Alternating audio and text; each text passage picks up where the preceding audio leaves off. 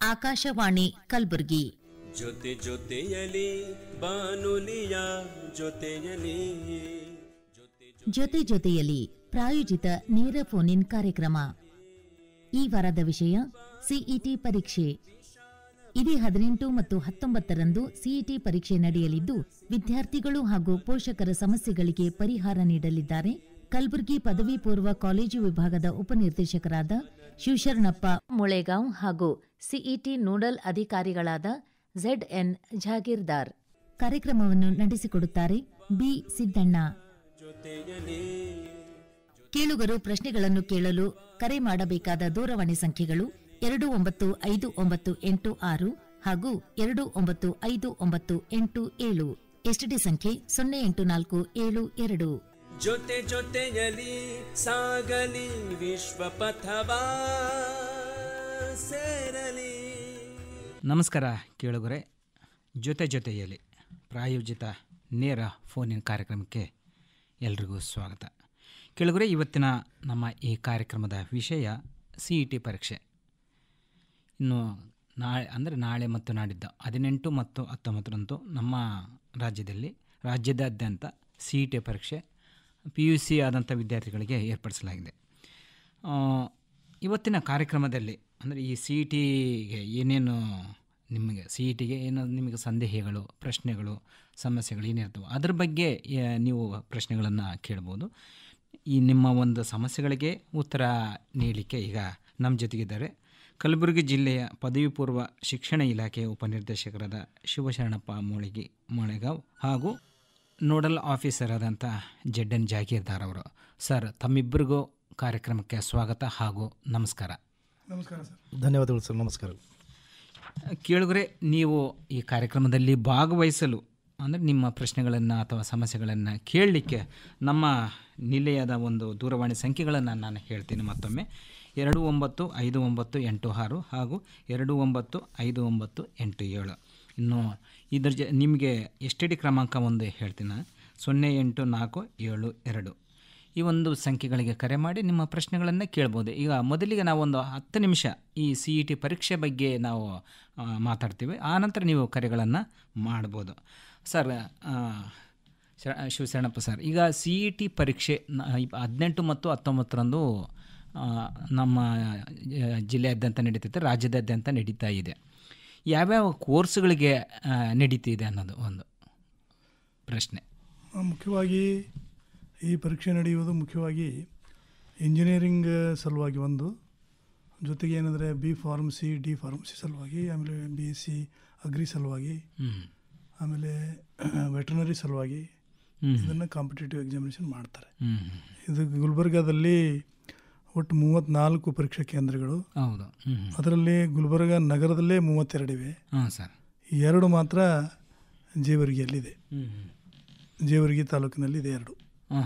ಒಟ್ಟು 34 ಪರೀಕ್ಷಾ ಕೇಂದ್ರಗಳಿವೆ. ಪರೀಕ್ಷಾ ಕೇಂದ್ರಗಳಿಗೆ ಎಲ್ಲ ರೀತಿ ತಯಾರಿ ಮಾಡಲಾಗಿದೆ.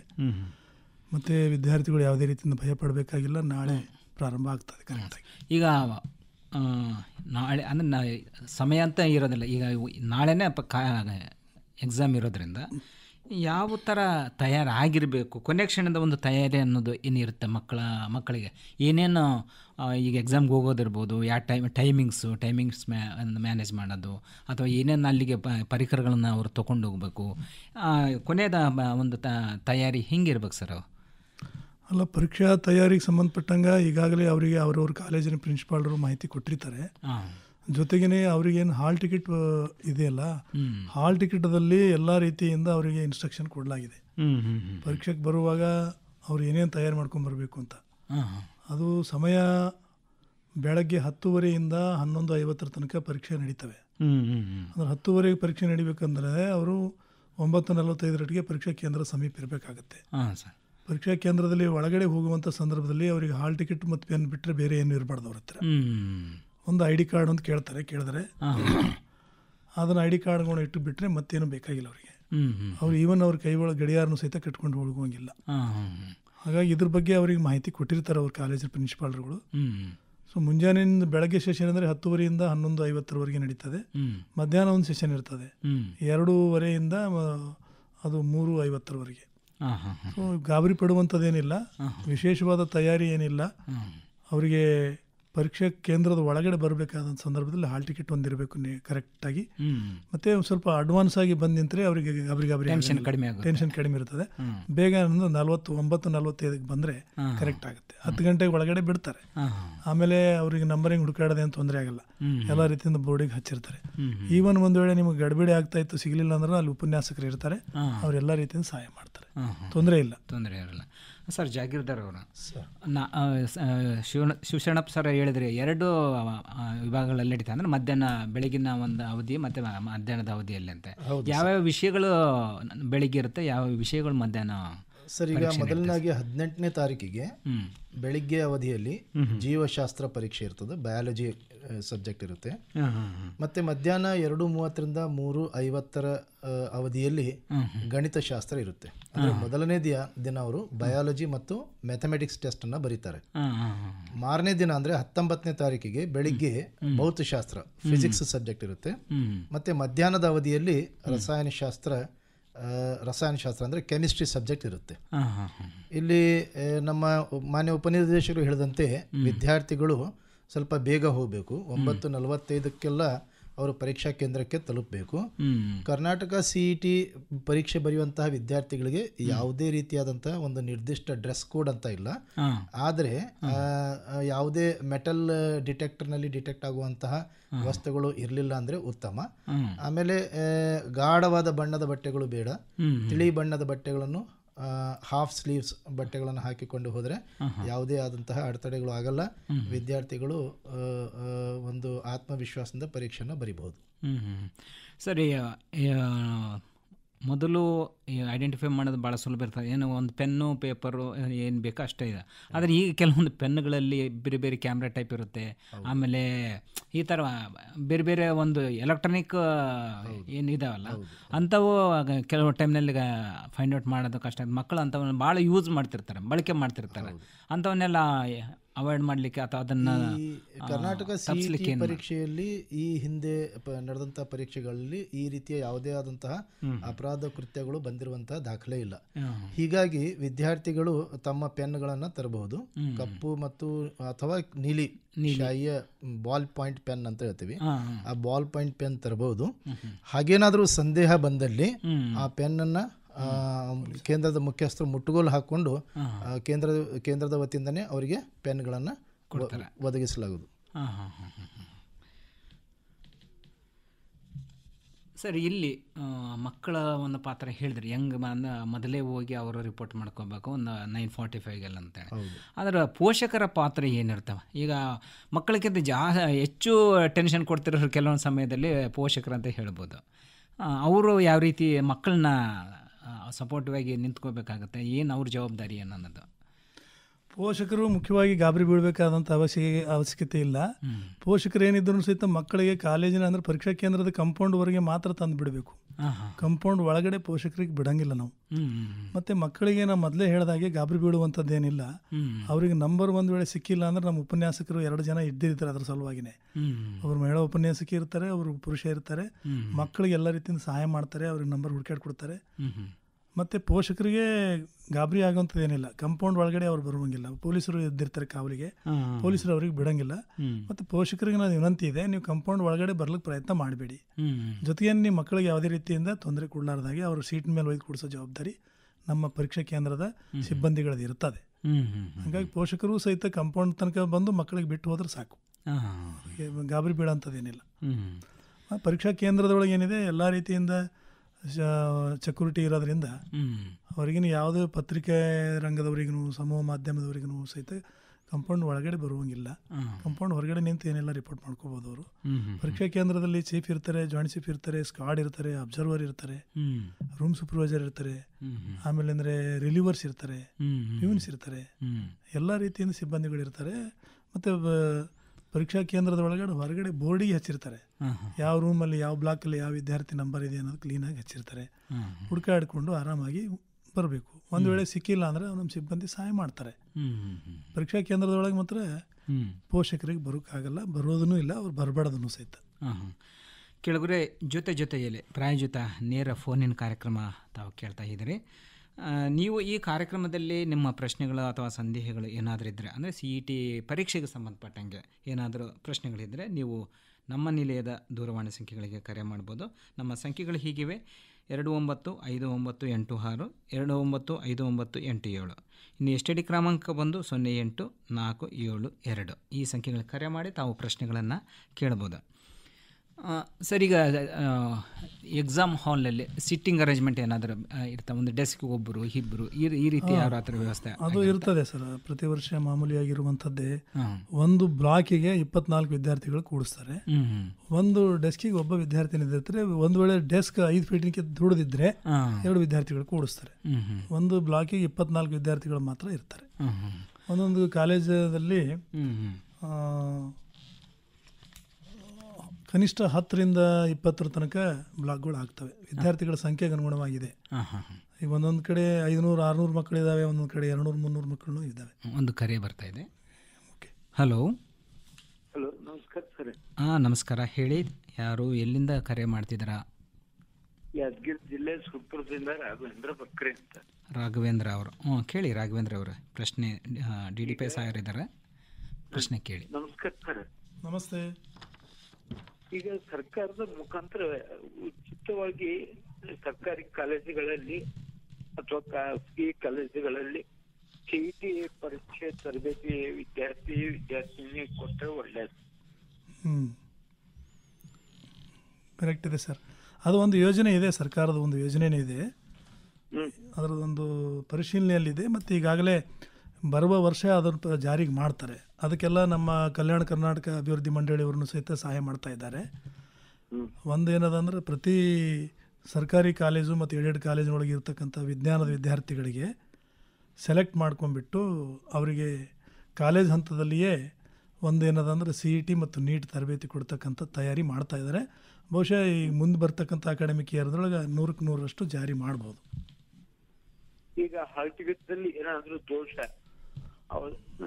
ನಮ್ ಕಣ್ಣು ಬಂದ್ರೆ ಯಾರಿಗೆ ಕಂಪ್ಲೇಂಟ್ ಪ್ರಕಟ ಇದೆಲ್ಲ ಆದ್ಮೇಲೆ ನಾವು ಪ್ರಿಂಟ್ ತಗೊಂಡಿದ್ವಿ. ಈಗ ಹಾಲ್ ಟಿಕೆಟ್ನಲ್ಲಿ ಇವತ್ತಿನ ತನಕನೂ ಸಹಿತ, ಇವತ್ತು ಬೆಳಗ್ಗೆ 10 ಗಂಟೆ ತನಕನೂ ಸಹಿತ ಡೌನ್ಲೋಡ್ ಮಾಡ್ಕೊಂಡಿರ್ತಕ್ಕಂಥ ಹಾಲ್ ಟಿಕೆಟ್ನಲ್ಲಿ ಏನೂ ದೋಷಗಳು ಇರದ ಹಾಗೆ ಮಾಡಿದ್ದಾರೆ. ಮೊದಲನೇದಾಗಿ ಒಂದು ವೇಳೆ ಏನಾದರೂ ಹಂಗೆ ದೋಷ ಕಂಡುಬಿಟ್ರೆ ಬೇಗನೆ ಆ ಕಾಲೇಜಿನ ಪರೀಕ್ಷಾ ಕೇಂದ್ರದ ಮುಖ್ಯಸ್ಥರಿಗೆ ನೀವು ಕಾಂಟ್ಯಾಕ್ಟ್ ಮಾಡಿದರೆ ಅವ್ರು ಇಮಿಡಿಯೇಟಾಗಿ ಅದ್ರ ಬಗ್ಗೆ ಸೊಲ್ಯೂಷನ್ ಕೊಡ್ತಾರೆ. ಇಲ್ಲ ನನಗೆ ಫೋನ್ ಮಾಡ್ತಾರೆ, ಇಲ್ಲಾದರೂ KEA ಪರೀಕ್ಷಾದ ಹೆಡ್ಗೆ ನಾನು ಫೋನ್ ಮಾಡಿ ಅದು ಕ್ಲಿಯರ್ ಮಾಡ್ತೀವಿ. ಓಕೆ, ಧನ್ಯವಾದಗಳು. ನಮಸ್ಕಾರ. ಧನ್ಯವಾದ ರಾಘವೇಂದ್ರ ಅವರಿಗೆ ಕರೆ ಮಾಡಿದ್ದಕ್ಕೆ. ನಮ್ಮ ಮುಂದಿನ ಒಂದು ಕರೆ. ಹಲೋ ಹಲೋ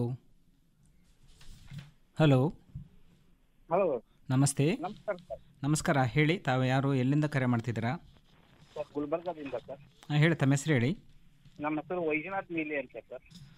ಹೇಳಿ ವೈಜನಾಥ್ ಅವರೇ. ಸರ್, ಇವಾಗ PUC ಎಕ್ಸಾಮ್ ಇವಾಗ first time, second time, third time exam ಬರೆಯಕ್ಕೆ ಪ್ರೌಢ ಶಿಕ್ಷಣ ಮಂಡಳಿಯವರು ಅನುಮತಿ ಕೊಡ್ತಾ ಇದ್ದಾರೆ ಸರ್. ಈಗ ಯಾಕಂದ್ರೆ ಫಸ್ಟ್ ಎಕ್ಸಾಮ್ ನಲ್ಲಿ ಮಕ್ಕಳಿಗೆ ಸ್ವಲ್ಪ ಏನಾದರೂ ಪ್ರಾಬ್ಲಮ್ ಇರೋದ್ರಿಂದ ಪೇಪರ್ ಸರಿ ಹೋಗ್ಲಿಲ್ಲ ಅಂದ್ರೆ ಸೆಕೆಂಡ್ ಟೈಮ್ನು ಕೊಡ್ತಾರೆ ಸರ್. ಸೆಕೆಂಡ್ ಟೈಮ್ ಈಗ CET ಫಸ್ಟ್ ಟೈಮ್ ಬಂದಿದ್ದಷ್ಟೇ ಇದು ಮಾಡ್ತಾರೆ ಸರ್, ಮತ್ತೆ ಸೆಕೆಂಡ್ ಟೈಮ್, ಥರ್ಡ್ ಟೈಮ್ ಬರ್ದಿದ್ದು ಕನ್ಸಿಡರ್ ಮಾಡ್ತಾರೆ ಸರ್. ವೈದ್ಯನಾಥ್ನವ್ರೆ, ಒಳ್ಳೆ ಪ್ರಶ್ನೆ ಕೇಳಿದಿರ ನೀವು. ಈ ಸಲ ಪ್ರಥಮ ಬಾರಿಗೆ ಸರ್ಕಾರದ ವತಿಯಿಂದ 3 ಪರೀಕ್ಷೆ ನಡೀತಾ ಇರೋದ್ರಿಂದ ಈ CETಗೆ ಮೊದಲ ಪರೀಕ್ಷೆಯ ಫಲಿತಾಂಶನ ಪರಿಗಣನೆಗೆ ತೊಗೊಳ್ತಾರೆ. ಒಂದು ವೇಳೆ ಮೊದಲನೇ ಪರೀಕ್ಷೆಯ ಫಲಿತಾಂಶದಿಂದ ನಿಮಗೆ ತೃಪ್ತಿಯಾಗಿಲ್ಲ, ಮತ್ತು ನೀವು ಆ ಫಲಿತಾಂಶವನ್ನು ಉನ್ನತೀಕರಣಗೊಳಿಸಲಿಕ್ಕೆ ಇನ್ನೊಂದು ಸಲ ನೀವು ಪರೀಕ್ಷೆ ಸೆಕೆಂಡ್ ಎಕ್ಸಾಮ್ ಪರೀಕ್ಷೆ 2 ಬರೀತೀರಿ ಅಂತ ಇದ್ದಾಗ, ಆ ಪರೀಕ್ಷೆ 1 ಮತ್ತು ಪರೀಕ್ಷೆ 2ನಲ್ಲಿ ಅತಿ ಹೆಚ್ಚು ಅಂಕಗಳನ್ನು ಪರಿಗಣಿಸಿ CET ರ್ಯಾಂಕನ್ನು ಅನೌನ್ಸ್ ಮಾಡ್ತಾರೆ. ಆದ ಕಾರಣ CET ರಿಸಲ್ಟು ಜೂನ್ ಮೊದಲ ವಾರದಲ್ಲಿ ಬರೋದಿದೆ. ಅದರ ಒಳಗಡೆ ಪರೀಕ್ಷೆ 2ದು ಕೂಡ ಫಲಿತಾಂಶ ಬಂದಿರುತ್ತೆ. ಆ ಪರೀಕ್ಷೆ 1 ಮತ್ತು ಪರೀಕ್ಷೆ 2 ಫಲಿತಾಂಶದಲ್ಲಿ ಬಂದಿರುವಂಥ ಅತಿ ಹೆಚ್ಚು ಅಂಕಗಳನ್ನು ಪರಿಗಣಿಸಿ ಅದರ ಆಧಾರದ ಮೇಲೆ ಮತ್ತು CET ಫಲಿತಾಂಶದ ಆಧಾರದ ಮೇಲೆ CET ರ್ಯಾಂಕನ್ನು ಅನೌನ್ಸ್ ಮಾಡ್ತಾರೆ. ಅದೇ ರೀತಿ ಪರೀಕ್ಷೆ 3 ಮತ್ತು ಆ ಪರೀಕ್ಷೆ 3 ವಿದ್ಯಾರ್ಥಿಗಳಿಗೆ ಕೊನೆಯ ಸುತ್ತಿನ ಕೌನ್ಸಿಲಿಂಗ್ನಲ್ಲಿ ಪರಿಗಣಿಸ್ತಾರೆ. ಅಂದರೆ ಲಾಸ್ಟ್ ರೌಂಡ್ ಅಂತ ಇರುತ್ತೆ, ಆ ಲಾಸ್ಟ್ ರೌಂಡ್ ಕೌನ್ಸಿಲಿಂಗ್ನಲ್ಲಿ ಅಂತಹ ವಿದ್ಯಾರ್ಥಿಗಳನ್ನು ಪರಿಗಣನೆಗೆ ತೊಗೊಳ್ತಾರೆ. ಸೊ 3 ಪರೀಕ್ಷೆಯಲ್ಲಿ ಬಂದಂಥ ಮಕ್ಕಳಿಗೂ ಕೂಡ CET ಕೌನ್ಸಿಲಿಂಗ್ನಲ್ಲಿ ಭಾಗವಹಿಸಲಿಕ್ಕೆ ಈ ಸಲ ಅವಕಾಶವಿದೆ. ಸರಿ ಸರಿ ಸರಿ, ಅದೇ ಸ್ವಲ್ಪ ಗೊಂದಲ ಇತ್ತು ಸರ್, ಅದಕ್ಕೋಸ್ಕರ ತಮಗೆ ಪ್ರಶ್ನೆ ಕೇಳಿ. ಬಹುಶಃ ಗೊಂದಲ ನಿವಾರಣೆ ಆಗಿರ್ಬೋದು, ಮಕ್ಕಳಿಗೂ ತಿಳಿಸಿ. ಸರಿ ಸರ್, ಹೌದು ಸರ್, ಅದೇ ಡಿಸ್ಕಸ್ ಮಾಡ್ತಾ ಇದ್ರು ಮಕ್ಕಳು ಸರ್. ಹೌದು, ನಾನು ಬರೀತಾ ಇರೋ CET ಫಸ್ಟ್ ರಿಸಲ್ಟ್ ಅಷ್ಟೇ ಪರಿಗಣಿಸ್ತಾರ, ಸೆಕೆಂಡ್ ಮತ್ತು ಥರ್ಡ್ ಮಾಡಿದ್ರು ಪರಿಗಣಿಸಲ್ಲ ಅಂತೇಳಿ ಕೆಲವು ಮಕ್ಕಳು ಕೇಳ್ತಾ ಇದ್ರು ಸರ್. ಇಲ್ಲ ಇಲ್ಲ ನಾನಂದೆ ಸರ್ಕಾರ ಆ ತರ ಯೋಜನೆ ಮಾಡಿದ ಅಂದ್ಮೇಲೆ ಹೌದು ಇಲ್ಲ, ಯಾವಾಗಲೂ ಸರ್ಕಾರದ ಯೋಜನೆಗಳು ವಿದ್ಯಾರ್ಥಿ ಸ್ನೇಹಿ ಆಗಿರ್ತವೆ. ಮತ್ತು KEAಯಲ್ಲಿ ಆಗುವಂತಹ ನಿಯಮಗಳು ಕೂಡ ವಿದ್ಯಾರ್ಥಿ ಸ್ನೇಹಿ, ಸ್ಟೂಡೆಂಟ್ ಫ್ರೆಂಡ್ಲಿ ಗೈಡ್ಲೈನ್ಸ್ ಮಾಡಿರ್ತಾರೆ. ಸೊ ಅದರ ಪ್ರಕಾರ ವಿದ್ಯಾರ್ಥಿಗಳಿಗೆ ಅನುಕೂಲ ಆಗುತ್ತದೆ. ಯಾವುದೇ ರೀತಿಯಾದಂತಹ ಗೊಂದಲ, ಆತಂಕ ಬೇಡ. ಧನ್ಯವಾದಗಳು ವೈಜನಾಥ್ ಅವರೇ ಕರೆ ಮಾಡಿದ್ದಕ್ಕೆ. ಸರ್, ಈಗ ಮಕ್ಕಳು ತಾವು ಹೇಳಿದರೆ ಅಂದರೆ 2 ಹಂತದಲ್ಲಿ ಪರೀಕ್ಷೆ ಎಲ್ಲ ಬರೀತಾರಂತೇಳಿ, ಅದು ನಾವಾಗಲೇ ಮಾತಾಡಿದೆ. ಕೆಲವರೆಲ್ಲ ಟೆನ್ಷನ್ ಮಾಡ್ಕೊತಾರೆ ಲೇಟಾಗಿ ಬಂದು. ಎಕ್ಸಾಮ್ ಫೋಬಿಯಾ ಅಂತ ಕೆಲವರಿಗೆ ಇರುತ್ತೆ, ಭಾಳ ಎಕ್ಸಾಮ್ ಬರೀಬೇಕಂದ್ರೆ ಕೈ ನಡುಗೋದು, ಬೆವರೋದು, ಈ ಥರ ಎಲ್ಲ ಇರುತ್ತೆ. ಆದರೆ ಈಗ ಸೆಕೆಂಡ್ ಚಾನ್ಸ್ ಅನ್ನೋದು ಒಂದು ಏನಿರುತ್ತಲ್ಲ ಎಕ್ಸಾಮ್ ಬರೀಲಿಕ್ಕೆ, ಇದರಿಂದ ಅವರಿಗೆ ಸ್ವಲ್ಪ ರಿಲೀಫ್ ಸಿಗ್ಬೋದು. ಅದನ್ನು ಯಾವ ರೀತಿ ಬಳಸ್ಕೋಬೇಕಂತೀರ ನಮ್ಮ ಮಕ್ಕಳು? ಈಗ ವಿದ್ಯಾರ್ಥಿಗಳು ಒಂದು ವೇಳೆ ಎಕ್ಸಾಮ್ 1ನಲ್ಲಿ ಅವರಿಗೆ ಸರಿಯಾದ ಅಂಕಗಳು ಬಂದಿಲ್ಲ ಅಂತ ಅನಿಸ್ತಾ ಇತ್ತು ಅಂದರೆ ಎಕ್ಸಾಮ್ 2ಗೆ ಹೋಗಬೇಕು.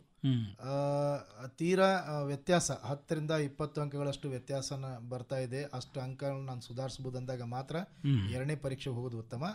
ಇಲ್ಲಾಂದರೆ ಪ್ರಥಮ ಪರೀಕ್ಷೆ ಆಧಾರದ ಮೇಲೆ CET ಬರೆಯೋದು ಉತ್ತಮ.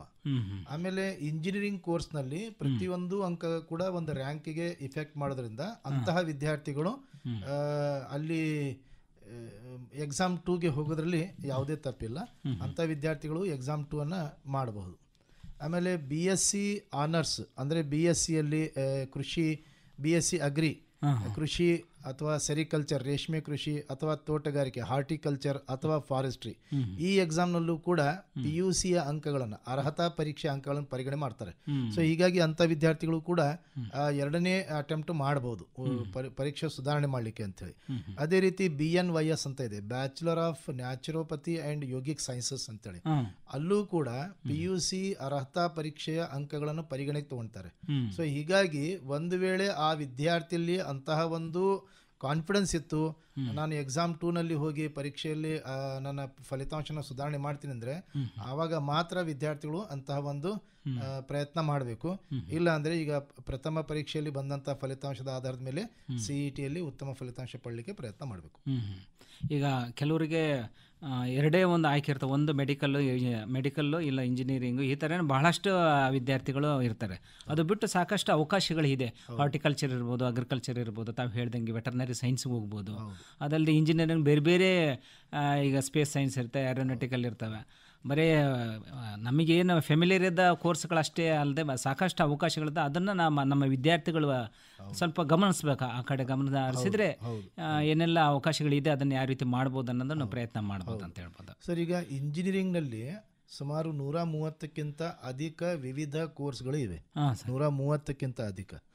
ಆಮೇಲೆ ಫಾರ್ಮಸಿಸ್ಟಸ್ ಅಂತ ಹೇಳ್ತೀವಿ, BSc ಅಗ್ರಿ ಇರ್ಬೋದು, ಫಿಶರೀಸ್ ಮೀನುಗಾರಿಕೆ ಇರ್ಬೋದು, ಫಾರೆಸ್ಟ್ರಿ ಅರಣ್ಯ ಕೃಷಿ ಇರ್ಬೋದು, ಅಥವಾ ಹಾರ್ಟಿಕಲ್ಚರ್ ತೋಟಗಾರಿಕೆ, ಸೆರಿಕಲ್ಚರ್. ಸೊ ಈ ರೀತಿ ಸುಮಾರು 14 ವಿವಿಧ ಕೋರ್ಸ್ಗಳು ಇದ್ದಾವೆ. ಅದರ ನಂತರ ಪ್ಯಾರಾಮೆಡಿಕಲ್ ಕೋರ್ಸಸ್ ಇದೆ, BSc ನರ್ಸಿಂಗ್ ಇರ್ಬೋದು, ಫಿಸಿಯೋಥೆರಪಿ ಇರ್ಬೋದು, ಅಥವಾ BSc ಅಲೈಡ್ ಹೆಲ್ತ್ ಸೈನ್ಸಸ್ ಅಂತ ಇತ್ತೀಚೆಗೆ ಸರ್ಕಾರ ಸ್ಟಾರ್ಟ್ ಮಾಡಿದೆ. ಆ BSc ಅಲೈಡ್ ಹೆಲ್ತ್ ಸೈನ್ಸಸ್ ನಲ್ಲಿ ಸುಮಾರು 18 ಬೇರೆ ಬೇರೆ ಕೋರ್ಸ್ಗಳಿವೆ. ಆ 18 ಕೋರ್ಸ್ಗಳಲ್ಲಿ ಈಗ ಕಾರ್ಡಿಯಾಕ್ ಕೇರ್ ಟೆಕ್ನಾಲಜಿ ಅಂತ ಇರುತ್ತೆ. ಈ ಜಯದೇವ ಹೃದ್ರೋಗ ಆಸ್ಪತ್ರೆಗಳಂತಹ ದೊಡ್ಡ ದೊಡ್ಡ ಆಸ್ಪತ್ರೆಗಳಲ್ಲಿ ಇಂತಹ ವಿದ್ಯಾರ್ಥಿಗಳಿಗೆ ಸಾಕಷ್ಟು ಅವಕಾಶಗಳು ಲಭಿಸ್ತವೆ. ಅದೇ ರೀತಿ ಈ ಆಪರೇಷನ್ ಥಿಯೇಟರ್ ಟೆಕ್ನಾಲಜಿ ಅಂತ ಬಂದಿದೆ. ಎಲ್ಲ ಆಪರೇಷನ್ಸ್ಗಳ ಥಿಯೇಟರ್ಸ್ಗಳಲ್ಲಿ ಇವರ ಅವಶ್ಯಕತೆ ಇರ್ತದೆ, ಅಂತಹ ಕೋರ್ಸ್ಗಳನ್ನು ಮಾಡ್ಕೋಬೇಕು. ಅದರ ನಂತರ ರೇಡಿಯಾಲಜಿ ಟೆಕ್ನಾಲಜಿ ಅಂತ ಇದೆ, ಆಪ್ತಾಲ್ಮಾಲಜಿ ಇದೆ, ಆಡಿಯೋಮೆಟ್ರಿ ಅಂತ ಇದೆ, ENT ಸರ್ಜನ್ಸ್ ಹತ್ರ ಇವರಿಗೆಲ್ಲ ಅವಕಾಶಗಳು ಸಿಗ್ತವೆ. ಇಂತಹ ಎಲ್ಲ ಸುಮಾರು ಒಂದು 20 ಕೋರ್ಸಸ್ಗಳು ಇವೆ. ಅದರ ನಂತರ ಬಿ ಫಾರ್ಮಾ ಕೋರ್ಸ್ ಇದೆ, ಆಮೇಲೆ ಫಾರ್ಮಾ ಡಿ ಅಂತ ಕೋರ್ಸ್ ಇದೆ. ಅಲ್ಲಿ ಫಾರ್ಮಸಿಸ್ಟ್ ಅಂತಹ ಕೋರ್ಸಿಗೆ ಹೋಗ್ಬೋದು. ಮುಂದೆ ಅಂತ ವಿದ್ಯಾರ್ಥಿಗಳು ಈ ಔಷಧ ಕಂಪನಿಗಳಲ್ಲಿ ಸಂಶೋಧಕರಾಗಿನೂ ಕೂಡ ಸೇರುವಂತ ಅವಕಾಶಗಳು ಇರ್ತವೆ. ಸೊ ಆದ್ರಿಂದ ಇಲ್ಲಿ ವಿದ್ಯಾರ್ಥಿಗಳಿಗೆ ಅವರ ಆಸಕ್ತಿಗೆ ಅನುಗುಣವಾಗಿ ಆಯ್ಕೆ ಮಾಡ್ಕೊಳ್ಳೋಕ್ಕೆ ಸಾಕಷ್ಟು ವೃತ್ತಿಪರ ಕೋರ್ಸ್ಗಳಿವೆ. ಅದನ್ನು ಸೂಕ್ತ ಮಾರ್ಗದರ್ಶನ ಪಡೆದುಕೊಂಡು ವಿದ್ಯಾರ್ಥಿಗಳು ತಮ್ಮ ಒಂದು ವೃತ್ತಿಯನ್ನು ಆಯ್ಕೆ ಮಾಡ್ಕೊಳ್ಬೋದು. ಸೊ ನಾವು ಗಮನಿಸ್ಬೋದಾದ್ರೆ ಸಾಕಷ್ಟು ಕೋರ್ಸ್ಗಳು ಇರೋದ್ರಿಂದ ಬರೀ ಅವ್ರಿಗೇನು ತಿಳಿದ್ರ ಮಟ್ಟಿಗೆ ಏನೋ 2-3 ಕೋರ್ಸ್ಗೆ ಆಗೋದಿಲ್ಲ. ಬೇರೆ ಈ ಎಲ್ಲ ಒಂದು ಕೋರ್ಸ್ಗಳನ್ನು ಗಮನದಲ್ಲಿಟ್ಕೊಂಡು ಅವರು ಪರೀಕ್ಷೆ ಬರೆದ್ರೆ ಅನುಕೂಲ ಅಂತ ಹೇಳ್ಬೋದು. ಹೌದು ಹೌದು ಸರ್.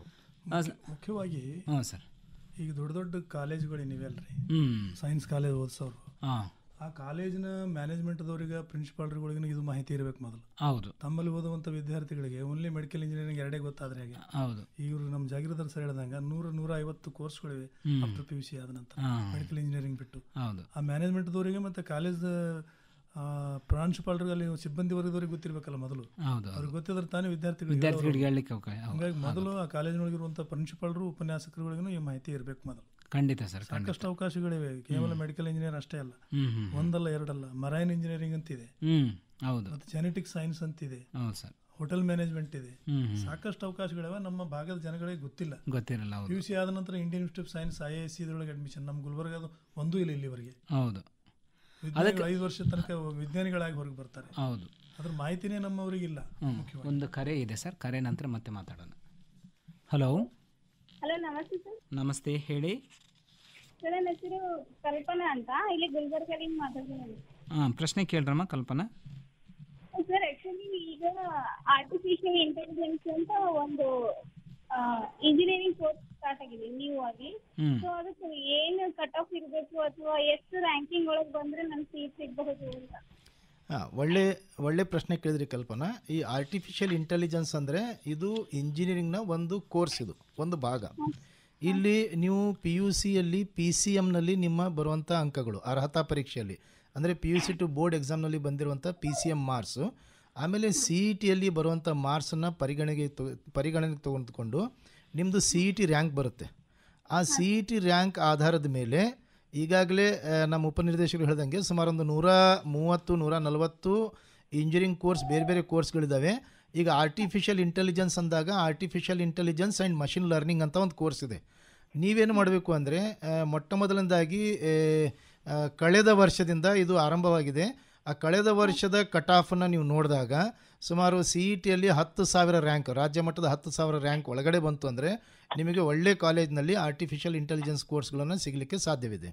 ಈ CET ಮ್ಯಾಟ್ರಿಕ್ಸ್ ಅಂತೇಳಿ KEAದವರು ಈ CET ಆಯ್ಕೆ ಪ್ರಕ್ರಿಯೆಗಿಂತ ಮುಂಚೆ CET ಮ್ಯಾಟ್ರಿಕ್ಸ್ ಅಂದರೆ ಯಾವ ಕಾಲೇಜುಗಳಲ್ಲಿ ಎಷ್ಟು ಸೀಟುಗಳು ಯಾವ ಕೋರ್ಸಿಗಳಿಗೆ ಲಭ್ಯವಿವೆ, ಅದರಲ್ಲೂ ಕೂಡ ನಮ್ಮ ಕಲ್ಯಾಣ ಕರ್ನಾಟಕ ಭಾಗದ ವಿದ್ಯಾರ್ಥಿಗಳಿಗೆ ಅಂದರೆ HK ಅಂತ ಇನ್ನೂ ಅಲ್ಲಿ ಬಳಕೆ ಮಾಡ್ತಾ ಇದ್ದಾರೆ. ಆ HK ಕೋಟಾದಡಿಯಲ್ಲಿ ನಮ್ಮ ವಿದ್ಯಾರ್ಥಿಗಳಿಗೆ ಎಷ್ಟು ಸೀಟುಗಳು ಲಭ್ಯವಿವೆ ಅನ್ನೋದನ್ನು ಕಂಪ್ಲೀಟಾಗಿ ಅದು ಸುಮಾರು ಒಂದು 500 ಪುಟಗಳ ಒಂದು ಮಾಹಿತಿ ಬರ್ತದೆ.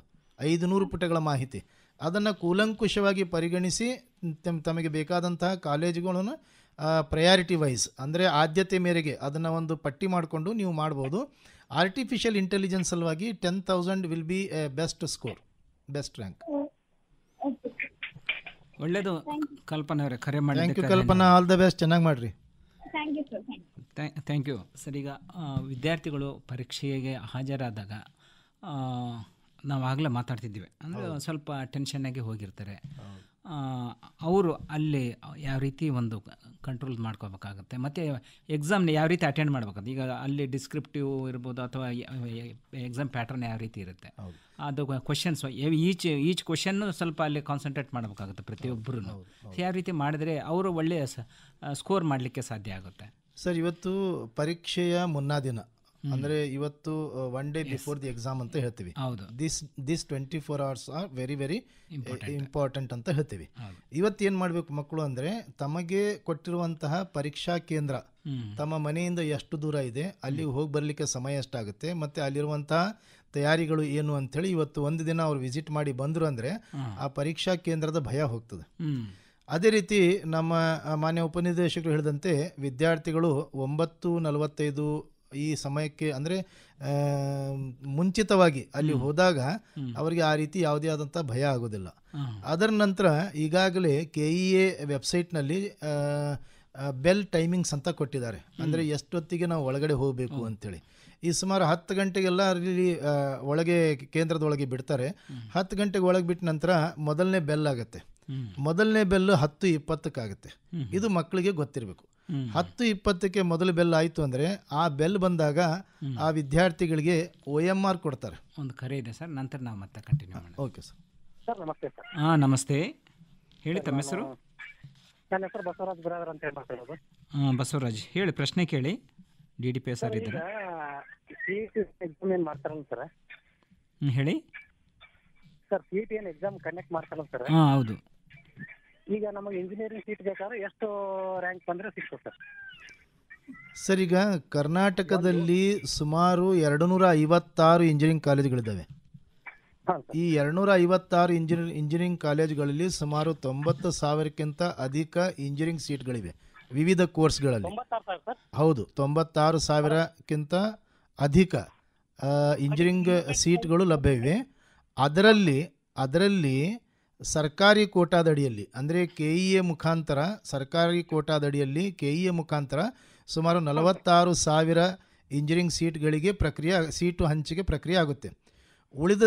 ಉಳಿದ ಸೀಟ್ಗಳಿಗೆ COMEDK ಪರೀಕ್ಷೆ ಇದೆ. ಅದೇ ರೀತಿ KRLMPC ಅಂತ ಇದೆ, ಅಂದರೆ religious and linguistic minorities professional courses association ಅಂತ ಒಂದು ಸಂಘಟನೆ ಇದೆ. ಅವರು ಕೂಡ ಪ್ರತ್ಯೇಕವಾಗಿ ಪರೀಕ್ಷೆಗಳು ನಡೆಸ್ತಾರೆ. ಅದೇ ರೀತಿ ಪ್ರೈವೇಟ್ ಡೀಮ್ಡ್ ಯೂನಿವರ್ಸಿಟೀಸ್ಗಳು ಇದ್ದಾವೆ. ಈ ಪ್ರೈವೇಟ್ ಡೀಮ್ಡ್ ಯೂನಿವರ್ಸಿಟಿಗಳು ಕೂಡ ತಮ್ಮದೇ ಆದಂತಹ ಪರೀಕ್ಷೆಗಳನ್ನು ನಡೆಸ್ತಾರೆ. ಸೊ ಇಲ್ಲಿ KEAಗೆ ಲಭ್ಯವಾಗುವಂತಹ ಸೀಟುಗಳು ಅಂದರೆ 45,000-46,000 ಸೀಟ್ಗಳು ಇರ್ತವೆ. ಸೊ ಹೀಗಾಗಿ ಒಬ್ಬ ವಿದ್ಯಾರ್ಥಿ 50,000 ಕರ್ನಾಟಕ CET ರ್ಯಾಂಕ್ 50,000ವರೆಗೆ ಪಡೆದರೂ ಕೂಡ ಅವನಿಗೊಂದು ಉತ್ತಮ ಇಂಜಿನಿಯರಿಂಗ್ ಕೋರ್ಸ್ ಸಿಗಲಿಕ್ಕೆ ಸಾಧ್ಯವಿದೆ. ಅವನ ಬಯಕೆಯ ಕೋರ್ಸು ಮತ್ತು ಅವನ ಬಯಕೆಯ ಕಾಲೇಜು ಸಿಗಬೇಕು ಅಂದರೆ ಅಂಥ ವಿದ್ಯಾರ್ಥಿಗಳ CET ರ್ಯಾಂಕ್ 20,000ವರೆಗಿದ್ರೂ ಕೂಡ ಅವನಿಗೆ ಒಳ್ಳೆಯ ಕಾಲೇಜುಗಳು ಸಿಗಲಿಕ್ಕೆ ಸಾಧ್ಯವಿದೆ. ಸರ್,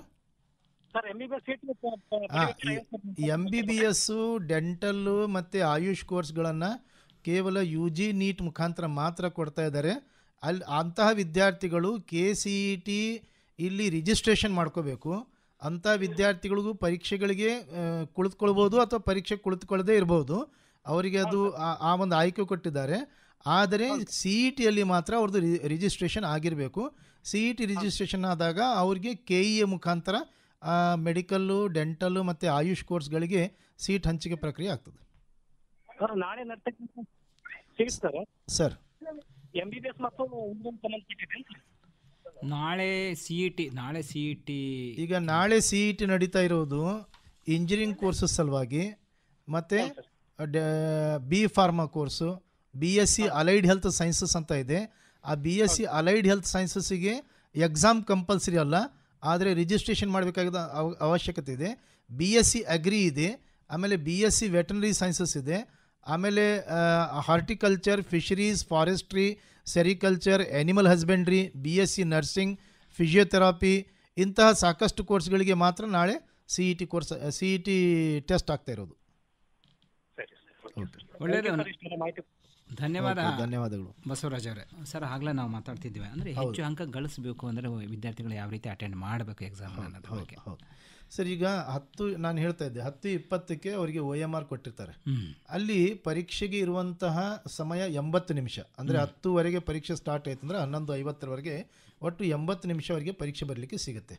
ಆ ಪರೀಕ್ಷೆ ಬರೆಯುವಾಗ ಮೊದಲ 10 ನಿಮಿಷ ಅವರು OMR ಅವ್ರಿಗೆ 10:20ಕ್ಕೆ ಅವ್ರ ಕೈಯಲ್ಲಿ OMR ಬಂದುಬಿಡುತ್ತೆ. ಅದೇ ಮಧ್ಯಾಹ್ನದ ಅವಧಿಯಲ್ಲಿ ಅಂದರೆ 2:20ಕ್ಕೆ ಅವ್ರ ಕೈಯಲ್ಲಿ OMR ಬಂದಿರುತ್ತೆ. ಆ OMRನಲ್ಲಿ ಕೆಲವೊಂದು ಇಂಪಾರ್ಟೆಂಟ್ ಎಂಟ್ರೀಸ್ ಮಾಡಬೇಕು ಅವರು.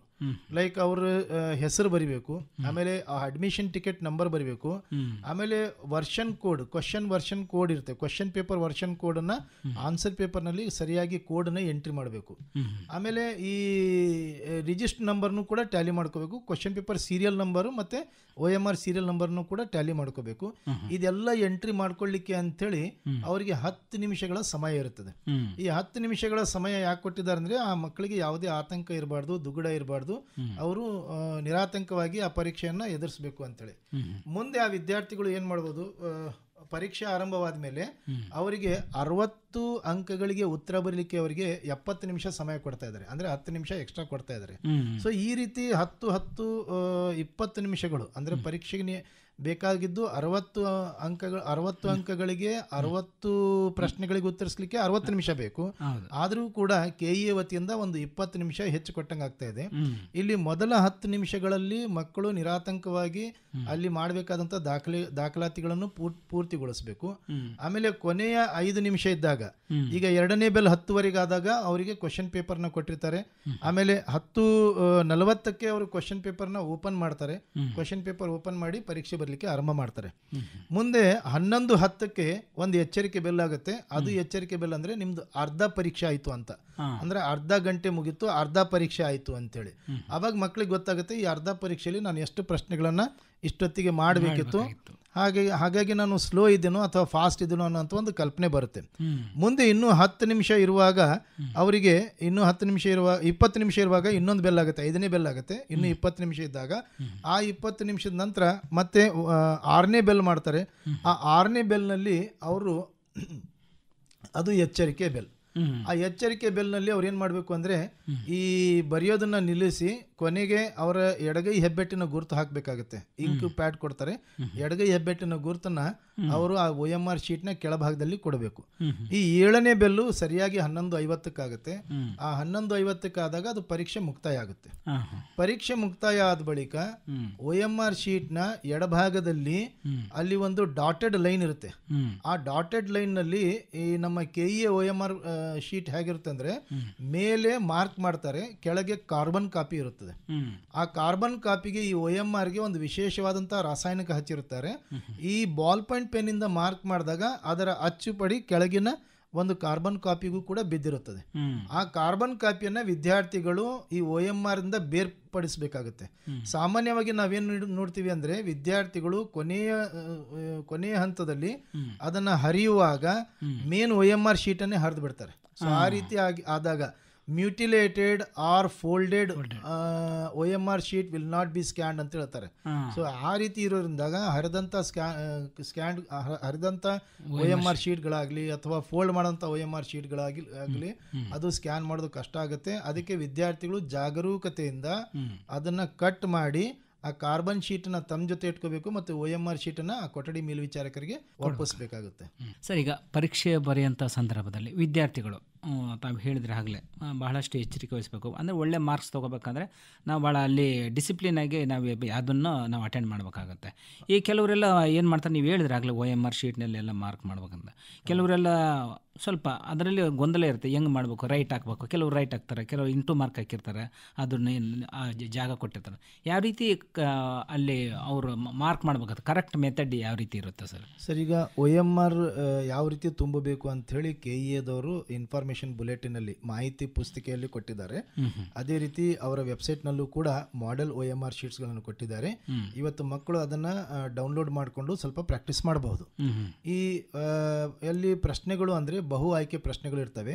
ಪ್ರತಿಯೊಂದು ಪ್ರಶ್ನೆಗೂ ಕೂಡ 4 ಉತ್ತರಗಳು ಇರ್ತವಲ್ಲಿ, ಆ 4 ಆಯ್ಕೆಗಳು ಇರ್ತವೆ. ಆ 4 ಆಯ್ಕೆಗಳಲ್ಲಿ ಒಂದು ಮಾತ್ರ ಸರಿಯಾದ ಉತ್ತರ ಇರ್ತದೆ. ಆ ಸರಿಯಾದ ಉತ್ತರ ಇರುವಂತಹ ಒಂದು ಸಂಖ್ಯೆಗೆ OMR ನಲ್ಲಿ ವೃತ್ತಾಕಾರದಲ್ಲಿ ಕೊಟ್ಟಿದ್ದಾರೆ. ಆ ವೃತ್ತಾಕಾರದ ಪರಿಧಿಯೊಳಗೆ ಅದನ್ನ ಮಾರ್ಕ್ ಮಾಡಬೇಕು.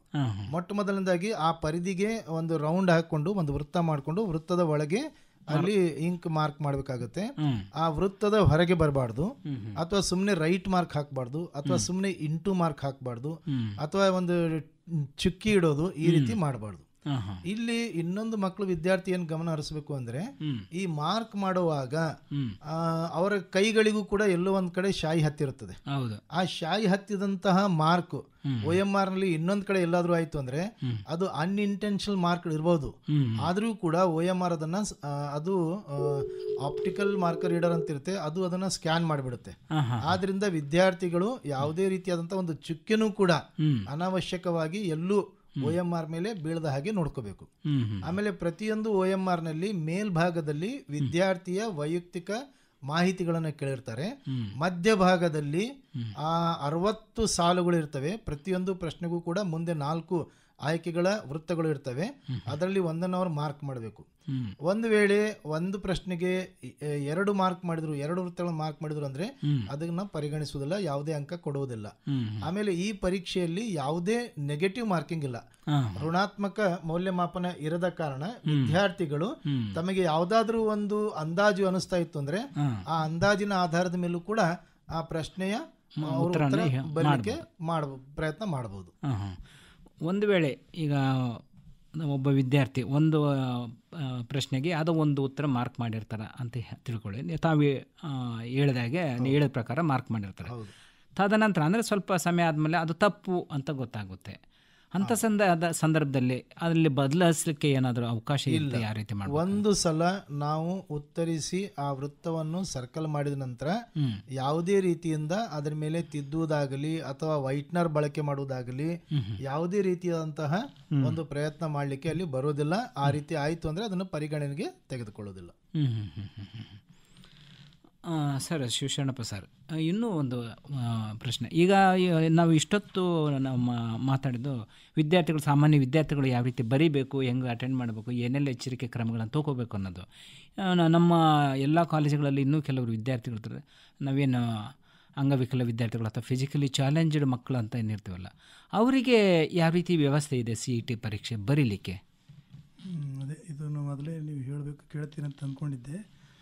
ಅಂದರೆ ಅವರು ಅಂಗವಿಕಲ ಮಕ್ಕಳು ಮಾಹಿತಿಯ ಮೊದಲೇ ಕೇಂದ್ರಕ್ಕೆ ಬಂದಿರ್ತದೆ ಆಲ್ರೆಡಿ. ಈಗ ಅವ್ರು ಯಾವ ರೀತಿ ಅಂಗವಿಕಲ, ಎಷ್ಟು % ಅಂಗವಿಕಲ ಅನ್ನೋಂಥದ್ದು ಪರೀಕ್ಷಾ ಕೇಂದ್ರಕ್ಕೆ ಬಂದಿರ್ತದೆ. ಹಾಗಾಗಿ ಪರೀಕ್ಷಾ ಕೇಂದ್ರದೊಳಗೆ ಆ ವಿದ್ಯಾರ್ಥಿಗಳಿಗೆ ಕೂಡಲಿಕ್ಕೆ ಅನುಕೂಲ ಮಾಡಿಕೊಟ್ಟಿರ್ತಾರೆ, ಬೇರೆ ವ್ಯವಸ್ಥೆ ಮಾಡಿರ್ತಾರೆ, ಮತ್ತು ಅವರಿಗೆ ಸಮಯನೂ ಹೆಚ್ಚಿಗೆ ಕೊಟ್ಟಿರ್ತಾರೆ. ಜೊತೆಗೆ ಅವನಿಗೆ ಅಂಗವಿಕಲ ಇದ್ದಂದರೆ ಅವನಿಗೆ ರೈಟರ್ನೂ ಸಹಿತ ಕೇಂದ್ರದಾಗ ಒದಗಿಸ್ತಾರೆ. ರೈಟರ್ ಇದ್ದವ ಆ ಕಾಲೇಜಿನ ವಿದ್ಯಾರ್ಥಿಗೆ ತೊಗೊಂಡಿರ್ತಾರೆ ಅವರು. ಹಂಗೆ ಅಂಗವಿಕಲರ ಬಗ್ಗೆ ಎಲ್ಲ ರೀತಿಯಿಂದ ಫೆಸಿಲಿಟೀಸ್ ಇದೆ, ಅನುಕೂಲ ಇದೆ, ತೊಂದರೆ ಇಲ್ಲ. ಅವ್ರಿಗೆ ಸಪ್ರೇಟಾಗಿ ರೂಮೇ ಮಾಡ್ತಾರೊಂದು, ಮತ್ತು ಅವ್ರಿಗೆ ಸಮಯನೂ ಕೊಡ್ತಾರೆ ಹೆಚ್ಚಿಗೆ. ಜೊತೆಗೇನೆಂದರೆ ರೈಟರ್ ಬೇಕಾದರೆ ಅವನು ವಿದ್ಯಾರ್ಥಿನೂ ತೊಗೊಬೋದು, ಅವನು ತೊಗೊಂಬರ್ಲಿಲ್ಲ ಅಂದರೆ ಆ ಕಾಲೇಜಿನ ಪರೀಕ್ಷಾ ಕೇಂದ್ರದ ಮುಖ್ಯಸ್ಥರು ಮಾಡ್ತಾರೆ, ಅನುಕೂಲ ವ್ಯವಸ್ಥೆ ಮಾಡಿಕೊಡ್ತಾರೆ. ಅಲ್ಲ, ಕೆಲವು ಹೇಳ್ತಿರ್ತಾರೆ, ಆ ಒಬ್ಬ PUC ಓದ್ತಾರೋ ವಿದ್ಯಾರ್ಥಿ ಅವನಿಗಿಂತ ಕೆಳಗೆ ಅಂದರೆ ಕಡಿಮೆ ಶೈಕ್ಷಣಿಕ ಅರ್ಹತೆ ಹೊಂದಿರೋಂಥರನ್ನೇ ತಗೊಂತಾರೆ. CETನೂ ಹಾಗೆ ಇದೆ. ಈಗ ಸೆಕೆಂಡ್ ಇಯರ್ ಸೈನ್ಸ್ ಮುಗಿಸ್ಕೊಂಡು ಪರೀಕ್ಷಾ ಈ CET ಬರಿತಾ ಇರೋದ್ರಿಂದ ಆ ಪರೀಕ್ಷಾ ಕೇಂದ್ರದವರು ಅಲ್ಲಿ PUC ಫಸ್ಟ್ ಇಯರ್ ಓದುವಂಥ ವಿದ್ಯಾರ್ಥಿಗಳಿಗೆ ಕೊಡ್ಬೋದು, ಅಥವಾ ಈ ಕ್ಯಾಂಡಿಡೇಟ್ ಏನಿರ್ತಾನೆ ಅಂಗವಿಕಲ ಕ್ಯಾಂಡಿಡೇಟ್ ಅವನಿಗಿಂತ ಕಡಿಮೆ ಓದಂಥ ವಿದ್ಯಾರ್ಥಿಗೆ ತಗೊಂಬರ್ಬೋದು, ಕರ್ಕೊಂಡು ಹೋಗ್ಬೋದು. ಮತ್ತು ಆ ವಿದ್ಯಾರ್ಥಿಗೆ ಸಂಬಂಧಪಟ್ಟಂಗೆ ಹೇಳೋದಲ್ಲ ಮೊದಲೇ, ಅವನಿಗೆ ಯಾರೂ ಬರಲಿಲ್ಲ ಅಂದರೆ ಆ ಕಾಲೇಜಿನ ಪರೀಕ್ಷಾ ಕೇಂದ್ರದ ಮುಖ್ಯಸ್ಥರು ಅದು ವ್ಯವಸ್ಥೆ ಮಾಡಿಕೊಡ್ತಾರೆ. ಅದು ಆಲ್ರೆಡಿ ಅವರಿಗೆ ಮಾಹಿತಿ ಕೊಟ್ಟಿವಿ ನಾವು. ಹೌದಾ?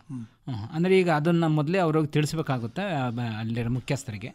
ಇಲ್ಲ, ಆ ಮುಖ್ಯಸ್ಥರಿಗೆ ಗೊತ್ತಾಗಿರ್ತದೆ, ಮಾಹಿತಿ ಬಂದಿರ್ತದೆ, ಅಂಗವಿಕಲ ವಿದ್ಯಾರ್ಥಿ ಪಟ್ಟಿ ಬಂದಿರ್ತದೆ ಆ ಸೆಂಟರ್. ಅಲ್ಲ, ಈಗ ವಿದ್ಯಾರ್ಥಿಗಳು ನಾನೇ ಕರ್ಕೊಂಡು ಬರ್ತೀನಿ ಅಥವಾ ನೀವೇ ಕೊಡಿ ಅಲ್ಲ, ಅವ್ರಿಗೆ ಮಾಹಿತಿ ಇತ್ತು, ಅವ್ರು ಕರ್ಕೊಂಡ್ಬಂದ್ರೆ ಒಳ್ಳೇದು, ಕರ್ಕೊಂಡ್ಬಂದಿಲ್ಲ ಅಂದ್ರೆ ಅಲ್ಲಿ ವ್ಯವಸ್ಥೆ ಮಾಡ್ಕೊಡ್ತಾರೆ. ಎಲ್ಲ ವಿದ್ಯಾರ್ಥಿಗಳು ಬರುವಾಗ, ಅಂಗವಿಕಲರು ಇದ್ದಂಥ ವಿದ್ಯಾರ್ಥಿಗಳು ಬರುವಾಗ ಕರ್ಕೊಂಡು ಬರಬೇಕು, ಅವ್ರಿಗೆ ಸಿಗಬೇಕು ವಿದ್ಯಾರ್ಥಿಗಳು ಅಂತ ಏನಿಲ್ಲ. ಅವ್ರಿಗೆ ಯಾರು ಸಿಕ್ಕಿಲ್ಲ ಅಂದ್ರೂ ಅವ್ರಿಗೆ ವ್ಯವಸ್ಥೆ ಪರೀಕ್ಷಾ ಕೇಂದ್ರದಾಗ ಮಾಡ್ತಾರೆ. ಅದೇನು ಭಯ ಪಡಬೇಕಾಗಿಲ್ಲ. ಅವ್ರು ಎಷ್ಟು ಪರ್ಸೆಂಟೇಜ್ ಅವ್ರ ಅಂಗವಿಕಲರ ಅನ್ನೋಂಥ ಮಾಹಿತಿಯನ್ನು ಆ ಕಾಲೇಜಿನ ಪರೀಕ್ಷಾ ಕೇಂದ್ರದ ಮುಖ್ಯಸ್ಥರಿಗೆ ಮಾಹಿತಿ ಇರ್ತದೆ, ಕೇಂದ್ರದಿಂದ ಬಂದಿರ್ತದೆ ಅದು ಪಟ್ಟಿ. ಪಟ್ಟಿಗೆ ಅನುಸಾರವಾಗಿ ಅವ್ರು ವ್ಯವಸ್ಥೆ ಮಾಡ್ಕೊಂಡಿರ್ತಾರೆ, ತೊಂದರೆ ಇಲ್ಲ. ಅಂದರೆ ಅವರಿಗೆ ಅಲ್ಲಿ ಹೋಗ್ಲಿಕ್ಕೆ ಬೇರೆ ಏನಾದರೂ ವ್ಯವಸ್ಥೆ ಇದೆ? ಅವ್ರು ಯಾವ ರೀತಿ ಅಂಗವಿಕಲರು ಇದ್ದಿರ್ತಾರೆ, ಪರೀಕ್ಷಾ ಕೇಂದ್ರದ ಒಳಗಡೆ ತಂದುಬಿಟ್ರೆ ಸಾಕು, ಪರೀಕ್ಷಾ ಸಿಬ್ಬಂದಿ ಅವ್ರಿಗೆ ಎಲ್ಲ ರೀತಿಯಿಂದ ವ್ಯವಸ್ಥೆ ಮಾಡಿಕೊಂಡು ಅವರಿಗೆ ಎಲ್ಲಿ ಅವ್ರದ್ದು ಸ್ಥಾನ ಕೂಡಿಸ್ಬೇಕಾಗಿದೆ ಅಲ್ಲಿ ಕರ್ಕೊಂಡು ಹೋಗಿ ಕೂಡಿಸ್ತಾರೆ. ಏನು ಗಾಬರಿ ಆಗಬೇಕಾಗಿಲ್ಲ ವಿದ್ಯಾರ್ಥಿ, ಎಲ್ಲ ಅನುಕೂಲ ಇದೆ ಅವನಿಗೆ. ಅವ್ನು ವೀಲ್ ಚೇರ್ ಇದ್ದರೆ ವೀಲ್ ಚೇರೇ ಅಲ್ಲಿ ತನಕ ತೊಗೊಂಡು ಹೋಗುವಂಥದ್ದು ರ್ಯಾಂಪ್ ಇದೆ, ಎಲ್ಲ ಇದೆ. 2-3ನೇ ಅಂತಸ್ತಾಗ ಹೋಗಲಾರ್ದಂಥ ಸ್ಥಿತಿ ಆ ವಿದ್ಯಾರ್ಥಿ ಇದ್ದರೆ ಗ್ರೌಂಡ್ ಫ್ಲೋರ್ದಲ್ಲೇ ಅವನಿಗೆ ವ್ಯವಸ್ಥೆ ಮಾಡಿಕೊಡ್ತಾರೆ.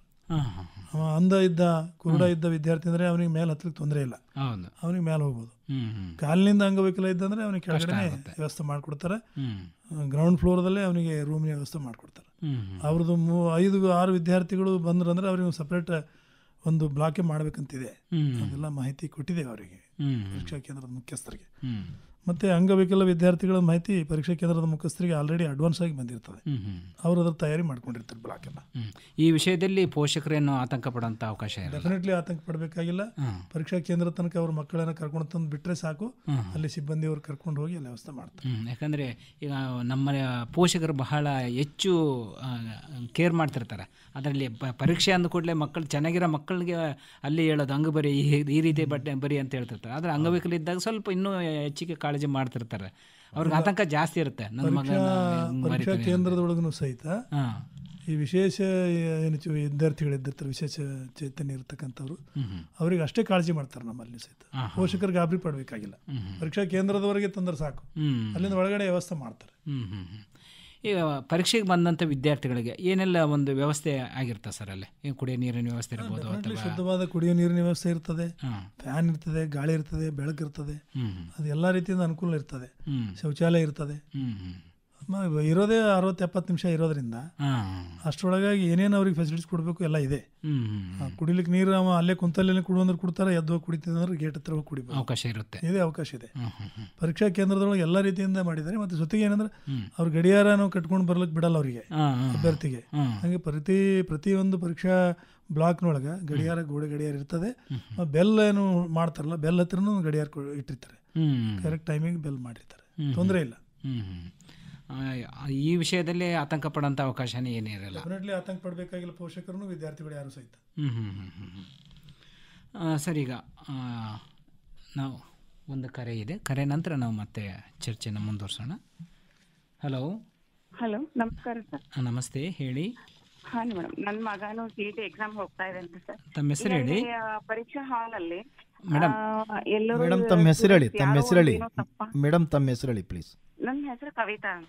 ಎಲ್ಲಿಂದ ಫೋನ್ ಮಾಡ್ತೀರಿ ಮೇಡಮ್? ನಾವು ಗುಲ್ಬರ್ಗ ಇಂದ. ಪ್ರಶ್ನೆ ಕೇಳಿ. ಪ್ರಶ್ನೆ ಕೇಳಿ ಸರ್. ಈಗ ಪರೀಕ್ಷಾ ಹಾಲ್ ಅಲ್ಲಿ ಯಾರೋ ಒಂದು ಹುಡುಗ ತಪ್ಪು ಮಾಡಿದ್ಕ ಕೆಲವೊಂದು ಏನೂ ತಪ್ಪು ಮಾಡದೆ ಹುಡುಗರಿಗೆ ಪರಿಣಾಮ ಆಗ್ತದ. ಅದ್ರಕ್ಕೆ ಸೆಕ್ಯೂರಿಟಿ ಹೆಂಗಿರ್ತದ ಟೀಚರ್ ಅಲ್ಲಿ ಪರೀಕ್ಷಾ ಹಾಲ್ ಅಲ್ಲಿ? ಅಂದ್ರೆ ಯಾರೋ ಮಾಡಿದ ತಪ್ಪಿಗೆ ನಮ್ಮ ಮಕ್ಕಳು ಬಲಿ. ನೀವು ಆತಂಕ ಪಡಬೇಡಿ ಮೇಡಮ್ ಅವರೇ. ಇಡೀ ಪರೀಕ್ಷಾ ಯಾವುದೇ ಬ್ಲಾಕ್ನೊಳಗೆ ಯಾವುದೇ ಒಬ್ಬ ವಿದ್ಯಾರ್ಥಿ ತೊಂದರೆ ಕೊಟ್ಟಂದ್ರೆ ಆ ಒಬ್ಬ ವಿದ್ಯಾರ್ಥಿಗೆ ಮಾತ್ರ ಆ ಪರೀಕ್ಷಾ ಕೇಂದ್ರದ ಮುಖ್ಯಸ್ಥರು, ಇನ್ವಿಜಿಲೇಟರ್ಗಳು ಇದು ಮಾಡ್ತಾರೆ. ಬೇರೆ ಯಾವ ವಿದ್ಯಾರ್ಥಿಗಳಿಗೂ ಸಹಿತ ಡಿಸ್ಟರ್ಬೆನ್ಸ್ ಆಗಲಾರ್ದಂಗೆ ನೋಡ್ಕೊಳ್ಳುವಂಥ ಒಂದು ವ್ಯವಸ್ಥೆ ಇರ್ತದೆ. ನೀವೇನು ಚಿಂತೆ ಮಾಡಬೇಡಿ, ಸರಿಯಾಗಿರ್ತದೆ. ಇಡೀ ಒಂದು ಬ್ಲಾಕ್ 24 ವಿದ್ಯಾರ್ಥಿಗಳಲ್ಲಿ ಒಬ್ಬ ವಿದ್ಯಾರ್ಥಿ ತೊಂದರೆ ಮಾಡ್ತಾ ಇದ್ರೆ 23 ವಿದ್ಯಾರ್ಥಿಗಳಿಗೆ ಏನಾದರೂ ತೊಂದರೆ ಆಗ್ತಾನೆ ಅಂತ ಅಂತೀರಿ ನೀವು, ಹೌದ್ ತಾನೆ? ಆಗಲ್ಲ. ಗದ್ದಲ ಆಗಿರ್ಬೋದು ಅಲ್ಲಿ ಅವ್ರಿಂದ ನಮ್ಮ ಮಕ್ಕಳನ್ನೆಲ್ಲ ಬರೆಯೋ ಸಂದರ್ಭದಲ್ಲಿ ಅವ್ರಿಗೆ ಮಾಡ್ಕೊಡಂಗಿಲ್ಲ. ಯಾವ ಮಕ್ಕಳಿಂದನೂ ಯಾರಿಗೂ ಇಡೀ ಬ್ಲಾಕಿಗೆ ತೊಂದರೆ ಹಾಕೊಡಂಗಿಲ್ಲ. ಪೊಲೀಸ್ ಸೆಕ್ಯೂರಿಟಿ ಇರ್ತದೆ, ಚೀಫ್ ಇರ್ತಾರೆ. ಅಂಥ ಆತಂಕ ಪಡಬೇಕಾಗಿಲ್ಲ. ಎಲ್ಲಿನೂ ಅಂಥದ್ದು ಡಿಸ್ಟರ್ಬೆನ್ಸ್ ಆಗೋದಿಲ್ಲ, ತೋಡ್ರಿ, ಚಿಂತೆ ಮಾಡಬೇಡಿ. ಒಳ್ಳೆಯದು ಕವಿತಾ ಅವರೇ, ಕರೆ ಮಾಡಿದ್ದಕ್ಕೆ ಧನ್ಯವಾದ. ಸರ್, ಈಗ ಕವಿತಾ ಅವರು ಕೇಳಿದ ಪ್ರಶ್ನೆಗೆ ಒಂದು ನಂದೇನೆಂದರೆ, ಕೆಲವು ವಿದ್ಯಾರ್ಥಿಗಳು ಒಂದು ಹವ್ಯಾಸ ಬೆಳೆಸ್ಕೊಂಡಿರ್ತಾರೆ, ಓದಿರೋದಿಲ್ಲ, ಎಕ್ಸಾಮ್ ಟೈಮಿಗೆ ಎಲ್ಲೋ ತಿರುಗ್ತಿರ್ತಾರೆ, ಏನೋ ಒಂದು ಮಾಡ್ತಿರ್ತಾರೆ. ಆದರೆ ಎಕ್ಸಾಮ್ ಬರೀಲೇಬೇಕು, ಒಳ್ಳೆ ಸ್ಕೋರ್ ಮಾಡಬೇಕು ಅನ್ನೋದು ಏನೋ ಬೇರೆ ಆಡದ ರೀಡಿಲಿಕ್ಕೆ ನೋಡ್ತಿರ್ತಾರೆ. ಕಾಪಿ ಮಾಡೋದಿರ್ಬೋದು, ಎಲ್ಲ ಏನೋ ತೊಗೊಂಡೋಗಿ ಚೀಟಿ ತೊಗೊಂಡೋಗೋದು, ಇಂಥದ್ದೆಲ್ಲ ಆಗ್ತಿರ್ತಾರೆ. ಇದನ್ನು ಯಾವ ರೀತಿ ಕಂಟ್ರೋಲ್ ಮಾಡಲಿಕ್ಕಾಗುತ್ತೆ? ಆ ಥರ ಮಾಡಿದ್ರೆ ಏನು ಆ್ಯಕ್ಷನ್ ಇದೆ? ಇದು ಸ್ಪರ್ಧಾತ್ಮಕ ಪರೀಕ್ಷೆ ಇರೋದ್ರಿಂದ ಮೊಟ್ಟ ಮೊದಲದಾಗಿ ನಮ್ಮ ಎಲ್ಲ ಪರೀಕ್ಷಾ ಸಿಬ್ಬಂದಿಗಳಿಗೆ ಸಾಧ್ಯವಾದಷ್ಟು ಮೌನವನ್ನು ವಹಿಸಬೇಕು ಅಂಥೇಳಿ ಅವರಿಗೆ ತರಬೇತಿ ನೀಡಿರ್ತಾರೆ.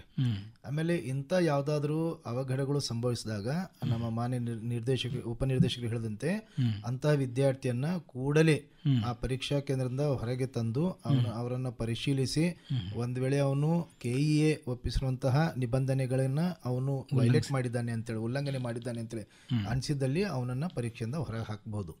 ಸೊ ಈ ರೀತಿ ಆದಂತಹ ಘಟನಾವಳಿಗಳು ಈವರೆಗೂ ಕೂಡ ಅಷ್ಟಾಗಿ ನಮ್ಗೆ ದಾಖಲೆಗೆ ಬಂದಿಲ್ಲ. ಸೊ ಹೀಗಾಗಿ ವಿದ್ಯಾರ್ಥಿಗಳು ಆ 1 ಗಂಟೆ ಸಮಚಿತ್ತದಿಂದ ಕುಳಿತುಕೊಂಡು ಪರೀಕ್ಷೆಯನ್ನು ಎದುರಿಸ್ತಾರೆ. ಆಮೇಲೆ ಆ ರೀತಿ ಯಾವುದೇ ಗೊಂದಲಗಳು ಆಗಲ್ಲ. ಆಮೇಲೆ ಯಾವುದೇ ರೀತಿಯಾದಂತಹ ಕಾಪಿ ಚೀಟಿ ಆಗಲಿ, ಯಾವುದೇ ರೀತಿಯಾದಂತಹ ಒಂದು ಇಂತಹ ಬೇರೆ ಏನಾದರೂ ವಸ್ತುಗಳು ಬಳಕೆ ಮಾಡೋದು, ಪರಿಕರಗಳು ಉಪಯೋಗ ಮಾಡೋದು ಗೊತ್ತಾಯಿತು ಅಂದರೆ ಕೂಡಲೇ ಅವರನ್ನು ಪರೀಕ್ಷೆಯಿಂದ ಹೊರ ಹಾಕಲಾಗ್ತದೆ. ಈಗ ವಿಶೇಷವಾಗಿ ಗಣಿತ ಬರಿಬೇಕಾದ್ರೆ ಕೆಲವರಿಗೆ ಈ ಕ್ಯಾಲ್ಕುಲೇಟರ್ ಅವಶ್ಯಕತೆ ಇರುತ್ತೆ, ಅದಕ್ಕೇನಾದರೂ ಅವಕಾಶ ಇದೆಯಾ ಸರ್? ಇಲ್ಲ, ಇದು ಸ್ಪರ್ಧಾತ್ಮಕ ಪರೀಕ್ಷೆ ಆಗಿರೋದ್ರಿಂದ ಯಾವುದೇ ರೀತಿಯಾದಂತಹ ಕ್ಯಾಲ್ಕುಲೇಟರ್ನ ಬಳಕೆ ಮಾಡಲಿಕ್ಕೆ ಕೊಡಲ್ಲ. ಇಲ್ಲ, CETಯಲ್ಲಿ ಈ ಬೋರ್ಡ್ ಎಕ್ಸಾಮಿನೇಷನಲ್ಲಿ ಸಿಂಪಲ್ ಕ್ಯಾಲ್ಕುಲೇಟರ್ ಬಳಕೆ ಮಾಡಲಿಕ್ಕೆ ಅವಕಾಶ ಇದೆ. ಆದರೆ CETಯಲ್ಲಿ ಅದು ಯಾವುದೇ ಪರೀಕ್ಷೆ ಇರ್ಬೋದು, ಭೌತಶಾಸ್ತ್ರ, ರಸಾಯನಶಾಸ್ತ್ರ ಅಥವಾ ಗಣಿತಶಾಸ್ತ್ರ, ಈ 3 ಪರೀಕ್ಷೆಗಳಿಗೆ ಯಾವುದೇ ರೀತಿಯಾದಂತಹ ಕ್ಯಾಲ್ಕುಲೇಟರ್ನ ಬಳಕೆ ಮಾಡಲಿಕ್ಕೆ, ಕ್ಯಾಲ್ಕುಲೇಟರ್ ಅಷ್ಟೇ ಅಲ್ಲ ಯಾವುದೇ ರೀತಿಯಾದಂತಹ ಎಲೆಕ್ಟ್ರಾನಿಕ್ ಉಪಕರಣಗಳನ್ನು ಬಳಕೆ ಮಾಡಲಿಕ್ಕೆ ಕೊಡೋದಿಲ್ಲ. ಅದಕ್ಕೆ ಈಗಾಗಲೇ ನಮ್ಮ ಉಪನಿರ್ದೇಶಕರು ಹೇಳಿದಂತೆ ವಿದ್ಯಾರ್ಥಿಗಳಿಗೆ ವಾಚ್ ಕೂಡ ಬಳಕೆ ಮಾಡಲಿಕ್ಕೆ ನಿಷೇಧವಿದೆ. ಯಾಕಂದರೆ ವಾಚ್ನಲ್ಲೂ ಕೂಡ ಕ್ಯಾಲ್ಕುಲೇಟರ್ ಇರುವಂತಹ ಸಂಭವ ಇರುತ್ತೆ. ಆದ್ದರಿಂದ ಯಾವುದೇ ಕ್ಯಾಲ್ಕುಲೇಟರ್ನ ಉಪಯೋಗ ಮಾಡಲಾರ್ದೇ ಆ ಪರೀಕ್ಷೆಯನ್ನು ಬರೀಬೇಕಾಗುತ್ತೆ. ಆ ಪರೀಕ್ಷೆಯ ಪ್ರಶ್ನೆ ಪತ್ರಿಕೆಯ ಸ್ವರೂಪ ಕೂಡ ಅದೇ ರೀತಿ ಇದೆ. ಒಬ್ಬ ವಿದ್ಯಾರ್ಥಿ ಗಣಿತದ ಮೂಲಭೂತ ಪರಿಕಲ್ಪನೆ ಸರಿಯಾಗಿ ಇತ್ತು ಅಂದರೆ ಅವನು ಯಾವುದೇ ಕ್ಯಾಲ್ಕುಲೇಟರ್ ಬಳಕೆ ಇಲ್ಲದೆ ಆ ಸಮಸ್ಯೆಗಳನ್ನು ಬಿಡಿಸಬಹುದು. ಅಂತಹ ಸಮಸ್ಯೆಗಳನ್ನು ಮಾತ್ರ ಅಂತಹ ಪರೀಕ್ಷೆಗಳಿಗೆ ಅಲ್ಲಿ ಇಟ್ಟಿರ್ತಾರೆ. ಸರ್, ಇದು ಒಳಗೆ ಕುಂತು ಎಕ್ಸಾಮ್ ಬರೀತಿರ್ತಕ್ಕಂಥ ವಿದ್ಯಾರ್ಥಿಗಳಿಗೆ ಆಯಿತು. ಇನ್ನು ಕೆಲವರು ಏನು ಮಾಡ್ತಿರ್ತಾರೆ ಅಂದರೆ ಎಕ್ಸಾಮ್ ಸೆಂಟರ್ ಸುತ್ತ ಓಡಾಡ್ತಿರ್ತಾರೆ. ಏನೋ ಹೋಗಿ ಅಲ್ಲಿ ಏನು ಚೀಟಿ ಕೂಡ ಅದು ಹೋಗಿ ಇದು ಮಾಡ್ತಿರ್ತಾರೆ. ಅವ್ರು ಏನು ಫ್ರೆಂಡ್ಸ್ ಇರ್ತಾರೆ, ಇಲ್ಲಾಂದರೆ ರಿಲೇಟಿವ್ಸ್ ಇರ್ಬೋದು. ಈ ಥರ ಮಾಡೋವಂಥ ಒಂದು ಸಂದರ್ಭಗಳು ಕೆಲವು ಕಡೆ ಆಗ್ತಿರ್ತವೆ. ಇದ್ರ ಬಗ್ಗೆ ಯಾವ ರೀತಿ ಕ್ರಮ ತಗೋಬೋದು, ಏನು ಒಂದು ಇದಿರುತ್ತೆ ಸರ್? ಕಲಬುರಗಿ ಇದರೊಳಗೆ ಇಷ್ಟು ವರ್ಷದಿಂದ CET ಪರೀಕ್ಷೆ ನಡೀತಾ ಇದ್ದಾವೆ. ಇಂಥ ಪರೀಕ್ಷೆಗಳಲ್ಲಿ ಪರೀಕ್ಷಾ ಕೇಂದ್ರದ ಹೊರಗಡೆ ಈ ದ್ವಿತೀಯ PUC ವಾರ್ಷಿಕ ಪರೀಕ್ಷೆದಾಗ ಯಾವ SLC ಪರೀಕ್ಷೆದಾಗ ಯಾವ ರೀತಿ ಜನಜಂಗುಳಿ ಇರ್ತೈತೆ, ಹೌದು, ಈ CET ಪರೀಕ್ಷೆದಾಗ ಒಟ್ಟೆ ಇರೋದಿಲ್ಲ. ಇಲ್ಲಿವರೆಗೆ ಇರೋದಿಲ್ಲ, ಮುಂದೂ ಇರಲ್ಲ. ಅದು ಅವ್ರಿಗೆ ಅವಕಾಶಕ್ಕೆ ಸಮಯ ಇರೋದಿಲ್ಲ ಯಾರಿಗೆ. ಅಂಥದ್ದು ಏನು ನಡೆಯೋದಿಲ್ಲ, ಯಾರೂ ಬರೋಂಗಿಲ್ಲ ಅಲ್ಲಿ. ಸರಿ, ಇನ್ನು ನಾವು ಕೊನೆಯ ಹಂತಕ್ಕೆ ಬಂದಿದ್ದೀವಿ. ಇನ್ನು ನಾಳೆ ನಾಡ್ದು ಇದು ಸಮಯ ಇಲ್ಲ ನಮ್ಮ ಮಕ್ಕಳಿಗೆ. 2 ದಿನದಲ್ಲಿ ಎಕ್ಸಾಮು ಮುಗಿದೋಗುತ್ತೆ. ಕೊನೆಯ ಹಂತದಲ್ಲಿ ಯಾವ ರೀತಿ ತಯಾರಾಗಬೇಕು, ಹೇಗೆ ಅವ್ರು ಅಟೆಂಡ್ ಮಾಡಬೇಕು, ಒಂದು ಕಿವಿ ಮಾತು ಹೇಳಲಿಕ್ಕೆ ಇಷ್ಟಪಡ್ತಾರೆ ಸರ್? ಈಗಾಗಲೇ ಮೊದಲು ನಾನು ಹೇಳಿದ ಹಾಗೆ CET ಪರೀಕ್ಷೆಗೆ ವಿಜ್ಞಾನ ವಿಭಾಗದಿಂದ ಬರೀತಕ್ಕಂಥ ವಿದ್ಯಾರ್ಥಿಗಳು ನಾಳೆ CET ಅಂದರೆ ಇವತ್ತಿನ ದಿನ ಎಲ್ಲರೂ ತಯಾರು ಮಾಡ್ಕೊಂಡು ಬರ್ತಿದ್ರೆ ಆಗಲ್ಲ. ಅವ್ರು ಅಧ್ಯಯನ ಮಾಡಿರಲೇಬೇಕು, ಅಭ್ಯಾಸ ಮಾಡಿರಲೇಬೇಕು. ಆದರೆ ಪರೀಕ್ಷೆ ನಾಳೆ ಅಂದರೆ ಇದಕ್ಕೆ ಮೊದಲನೇ ದಿವಸ ಏನು ಪೂರ್ವಭಾವಿ ತಯಾರು ಮಾಡ್ಕೋಬೇಕು ಅನ್ನೋದ್ರ ಬಗ್ಗೆ ಹೇಳಿದ್ದೀವಿ ನಾವು. ಆತಂಕ ಪಡಬೇಕಾಗಿಲ್ಲ. ಒಂದು ಕರೆ ಇದೆ ಸರ್, ನಂತರ ನಾವು ಮತ್ತೆ ಕಂಟಿನ್ಯೂ ಮಾಡೋಣ. ಹಲೋ ಹಲೋ, ನಮಸ್ಕಾರ. ನಮಸ್ತೆ, ತಮ್ಮ ಹೆಸರು ಹೇಳಿ? ನಾನು ಜಗದೇವಿ ಸಿದ್ದೇಗೌಡ ಅಂತ. ಜಗದೇವಿ, ಪ್ರಶ್ನೆ ಕೇಳ್ರಮ್ಮ. ಅದೇ ಸರ್, ನಾಳೆ ಎಕ್ಸಾಮ್ ಇದೆಯಲ್ಲ, ನಮ್ಮ ಮಗು ಎಕ್ಸಾಮ್ ಬರೀತಾ ಇದೆ. ಯಾವ ರೀತಿ ಮೆಂಟಲಿ ಆ ಮಗು ಪ್ರಿಪೇರ್ ಮಾಡಬೇಕು ನಾವು? ಯಾಕಂದ್ರೆ ಸ್ವಲ್ಪ ಬರೀ ಇದು ಎಕ್ಸಾಮ್ ಮುಗಿದು ಸ್ವಲ್ಪ ದಿವಸದಲ್ಲೇ ಎಕ್ಸಾಮ್ ಇದೆ ಎಲ್ಲ CET. ಅದಕ್ಕೆ ಯಾವ ರೀತಿ ಮೆಂಟಲಿ ನಾವು ಅವ್ರಿಗೆ ಪ್ರಿಪೇರ್ ಮಾಡಬೇಕು? ಮೇಡಮ್, ಒಳ್ಳೆ ಪ್ರಶ್ನೆ ಕೇಳಿದಿರಿ. ಇಂತಹ ಸ್ಪರ್ಧಾತ್ಮಕ ಪರೀಕ್ಷೆಗಳಿಗೆ ಮಕ್ಕಳಿಗೆ ತಯಾರಿ ಮಾಡಲಿಕ್ಕೆ ಅವರ ಬೌದ್ಧಿಕ ಸಿದ್ಧತೆ ಜೊತೆಗೆ ಮಾನಸಿಕ ಸಿದ್ಧತೆ ಅವಶ್ಯಕತೆ ಇದೆ. ಈ ಮಾನಸಿಕ ಸಿದ್ಧತೆ ಮಾಡಲಿಕ್ಕೆ ಪ್ರಮುಖ ಪಾತ್ರ ವಹಿಸಬೇಕಾಗಿದ್ದು ಇಬ್ಬರು, ಪಾಲಕರು ಮತ್ತು ಶಿಕ್ಷಕರು. ಈಗ ಶಿಕ್ಷಕರು ಅವರಿಗೆ 2 ವರ್ಷಗಳ ಕಾಲ ಚೆನ್ನಾಗಿ ತಯಾರಿ ಮಾಡಿಸಿದ್ದಾರೆ. ಪಾಲಕರು ಕೂಡ ಆ ಮಗುಗೆ ಏನೇ ಫಲಿತಾಂಶ ಬರಲಿ, ನೀನು ನನ್ನ ಮಗುನೇ, ಈಗಾಗಲೇ ನಮ್ಮ ಉಪನಿರ್ದೇಶಕರು ಹೇಳ್ದಂಗೆ ಮೆಡಿಕಲ್ ಇಂಜಿನಿಯರಿಂಗ್ ಮಾಡಿದರೆ ಮಾತ್ರ ಬದುಕು ಅನ್ನೋದನ್ನು ಬಿಟ್ಟು, ಅದು ಬಿಟ್ಟು ಕೂಡ PUC ನಂತರ ಸುಮಾರು ಬೇರೆ 150 ಕೋರ್ಸ್ಗಳಿವೆ. ಆ 150 ಕೋರ್ಸ್ಗಳಲ್ಲಿ ಯಾವುದಾದ್ರೂ ಒಂದು ಕೋರ್ಸ್ ಮಾಡಿ ನಾನು ಜೀವನವನ್ನು ರೂಪಿಸಬಲ್ಲೆ ಅನ್ನುವಂತಹ ಒಂದು ಆ ಮನೋಸ್ಥೈರ್ಯ ಆ ಮಕ್ಕಳಲ್ಲಿ ನಾವು ತುಂಬಿ ಪರೀಕ್ಷೆ ಕಳಿಸೋಣ. ಆ ಮಕ್ಕಳು ಪರೀಕ್ಷೆಯಲ್ಲಿ ಏನೇ ಫಲಿತಾಂಶ ಬಂದರೂ ಕೂಡ ಅದಕ್ಕೆ ನಾವು ನಗನಗುತ್ತಾ ಎಕ್ಸೆಪ್ಟ್ ಮಾಡೋಣ. ಆಮೇಲೆ ಆ ಮಕ್ಕಳಿಗೆ ಸರಿಯಾದ ಮಾರ್ಗದರ್ಶನ, ಅಂದರೆ ಅವರ ಇಚ್ಛೆ ಅನುಸಾರ, ಅವರ ಅಭಿರುಚಿ ಅನುಸಾರ ಅವರು ಯಾವ ಕ್ಷೇತ್ರವನ್ನು ಆಯ್ಕೆ ಮಾಡಿಕೊಂಡ್ರು ಅಂದರೆ ಆ ಕ್ಷೇತ್ರದಲ್ಲಿ ಆ ಮಕ್ಕಳು ಒಂದು ಉನ್ನತ ಸ್ಥಾನ ಪಡ್ಕೊಳ್ಳಿಕ್ಕೆ ಸಾಧ್ಯ ಆಗುತ್ತೆ ಅನ್ನೋದ್ರ ಪ್ರಯತ್ನ ನಾವು ಮಾಡಿದ್ವಿ ಅಂದರೆ ಆ ವಿದ್ಯಾರ್ಥಿಗಳು ಯಾವುದೇ ರೀತಿಯಾದಂಥ ಪರೀಕ್ಷೆಯ ಸ್ಟ್ರೆಸ್ಸಿಗೆ ಒಳಗಾಗಲ್ಲ.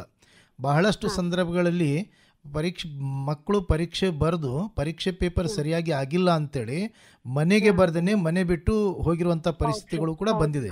ಸೊ ಆದ್ದರಿಂದ ನಮ್ಮ ಮಕ್ಕಳು ನಮ್ಮ ಆಸ್ತಿ, ನಮ್ಮಷ್ಟೇ ಆಸ್ತಿ ಅಲ್ಲ, ನಮ್ಮ ಸಮಾಜದ ಆಸ್ತಿಯವರು. ಹೀಗಾಗಿ ಆ ಮಕ್ಕಳಿಗೆ ಜಯಿಸಿಬಾ ಮಗುವೆ ವಿಜಯೀ ಭವ ಅಂತೇಳಿ ಅವರಿಗೆ ಆಶೀರ್ವಾದ ಮಾಡಿ ನೀವು ಪಾಲಕರು ಕಳಿಸಿದ್ರಿ ಅಂದರೆ ಆ ಮಕ್ಕಳು ನಿರ್ಭೀತರಾಗಿ ನಿರ್ಭಯವಾಗಿ ಪರೀಕ್ಷೆ ಎದುರಿಸಿ ಬರ್ತಾರೆ. ಇಲ್ಲ ನಾನೇನು ಹೇಳ್ತಾ ಇದ್ದೀನಿ ಅಂದರೆ, ಮಕ್ಕಳು ಓವರ್ ಎಂಬಿಸಿಯಸ್ ಆಗೋದಕ್ಕಿಂತ ಹೆಚ್ಚಿಗೆ ಪೋಷಕರೇ ಓವರ್ ಎಂಬಿಸಿಯಸ್ ಆಗ್ತಾ ಇದ್ರಿ. ನೀವು ಓವರ್ ಎಂಬಿಸಿಯಸ್ ಆಗಬೇಡಿ. ಮೊದಲು ಅತಿ ಮಹತ್ವಾಕಾಂಕ್ಷೆ ಮಕ್ಕಳ ಮೇಲೆ ಇರಲಿ, ನೀವು ಇಟ್ಕೋಬೇಡಿ. ಒಳ್ಳೇದು ಮೇಡಮ್, ಕರೆ ಮಾಡಿದ್ದಕ್ಕೆ ಧನ್ಯವಾದ. ಮತ್ತೊಂದು ಕರೆ ಇದೆ. Thank you madam, thank you. Hello hello, ನಮಸ್ತೆ ಸರ್. ನಮಸ್ಕಾರ. ತಮ್ಮ ಹೆಸರು ಹೇಳಿ ಸರ್. ಲಕ್ಷ್ಮಣ ಜಳಕಿ ಅಂತ. ಲಕ್ಷ್ಮಿ ಲಕ್ಷ್ಮಣ ಜಳಕಿ ಅಂತ. ಲಕ್ಷ್ಮಣ್ ಅವರು ಎಲ್ಲಿಂದ? ಸರ್, ಚರಿಚನ ತಾಲೂಕು ಬೇಡವಲ್ಲಿದ್ರು. ಹೇಳಿ, ಪ್ರಶ್ನೆ ಕೇಳಿ.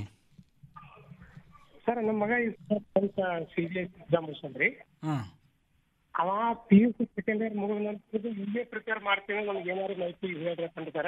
ಯಾವ ರೀತಿ ಪ್ರಿಪೇರ್ ಆಗ್ಬೇಕು ಕೇಳಕ್ ಹಚ್ಚಿದ್ರಿ ಸರ್. ಯಾವುದು PUC ನಂತರ ಏನು? JW ಮಾಡ್ಲಿಕ್ಕೆ ಯಾವ ಓದ್ಬೇಕು, ಹೆಂಗ್ ಪ್ರಿಪೇರ್ ಆಗ್ಬೇಕು ಅಂತ ಕೇಳಕ್ ಹಚ್ಚಿದ್ರಿ ಸರ್.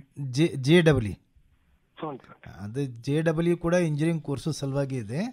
ಅದು ಅವರ ಪ್ರಾಚಾರ್ಯರು ಅಥವಾ ಅವರಲ್ಲಿ ಇರುವಂಥ ಫಿಸಿಕ್ಸು, ಕೆಮಿಸ್ಟ್ರಿ, ಮ್ಯಾಥಮೆಟಿಕ್ಸ್ ಈ 3 ಸಬ್ಜೆಕ್ಟ್ ಲೆಕ್ಚರರ್ಸನ್ನ ಅವ್ರಿಗೆ ಭೇಟಿ ಮಾಡಿ ಅವರಿಂದ ಹೆಚ್ಚು ಮಾಹಿತಿ ಪಡ್ಕೊಳ್ಳಿಕ್ಕೆ ಹೇಳಿ. JW ಮೇನ್ಸ್ ಈಗಾಗಲೇ 2 ಪರೀಕ್ಷೆಗಳು ಆಗಿಬಿಟ್ಟಿದ್ದಾವೆ. 2 ಪರೀಕ್ಷೆಗಳು ಮುಗಿದಿದ್ದಾವೆ. ಅದು ಜನವರಿಯಲ್ಲಿ ಮೊದಲನೇ ಫೇಸ್ ಪರೀಕ್ಷೆ ಆಗುತ್ತೆ ಮತ್ತು ಏಪ್ರಿಲ್ನಲ್ಲಿ ಇನ್ನೊಂದು ಫೇಸ್ ಪರೀಕ್ಷೆ ಆಗುತ್ತೆ. ಅವೆರಡೂ ಪರೀಕ್ಷೆಗಳು ಮುಗಿದಿದ್ದಾವೆ. ಸೊ JWಯಲ್ಲಿ ಇನ್ನೊಂದು ಅವಕಾಶ ತೊಗೋಬೋದು. ಅವನು ಈ ವರ್ಷ PUC ಮಾಡಿದ್ದ ಅಂದರೆ ಅಲ್ಲಿ 2 ಅವಕಾಶಗಳು ಮಾತ್ರ ಇರೋದ್ರಿಂದ ಈಗಾಗಲೇ JW ಬರೆದಿರ್ತಾನವನು.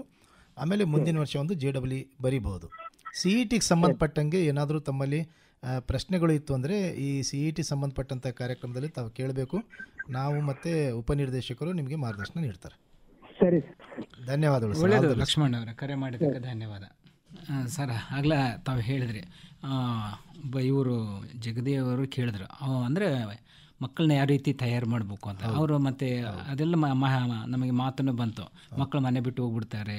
ಇನ್ನೂ ಕೆಲವು ಸಂದರ್ಭಗಳಲ್ಲಿ ಆತ್ಮಹತ್ಯೆ ಮಾಡ್ಕೊಳೋಂಥ ಅವಕಾಶಗಳು, ಸಾಧ್ಯತೆಗಳು ಭಾಳಷ್ಟು ನಾವು ಕೇಳಿಬಿಟ್ಟಿವಿ. ಎಲ್ಲ ನಾನು ಸರಿಯಾಗಿ ಎಕ್ಸಾಮ್ ಬರ್ದಿಲ್ಲ, ನಾನು ಫೇಲ್ ಆಗ್ತೇನೆ, ಮನೆಗೆ ಹೋದರೆ ನನಗೆ ಬೈತಾರೆ, ಈ ಥರ.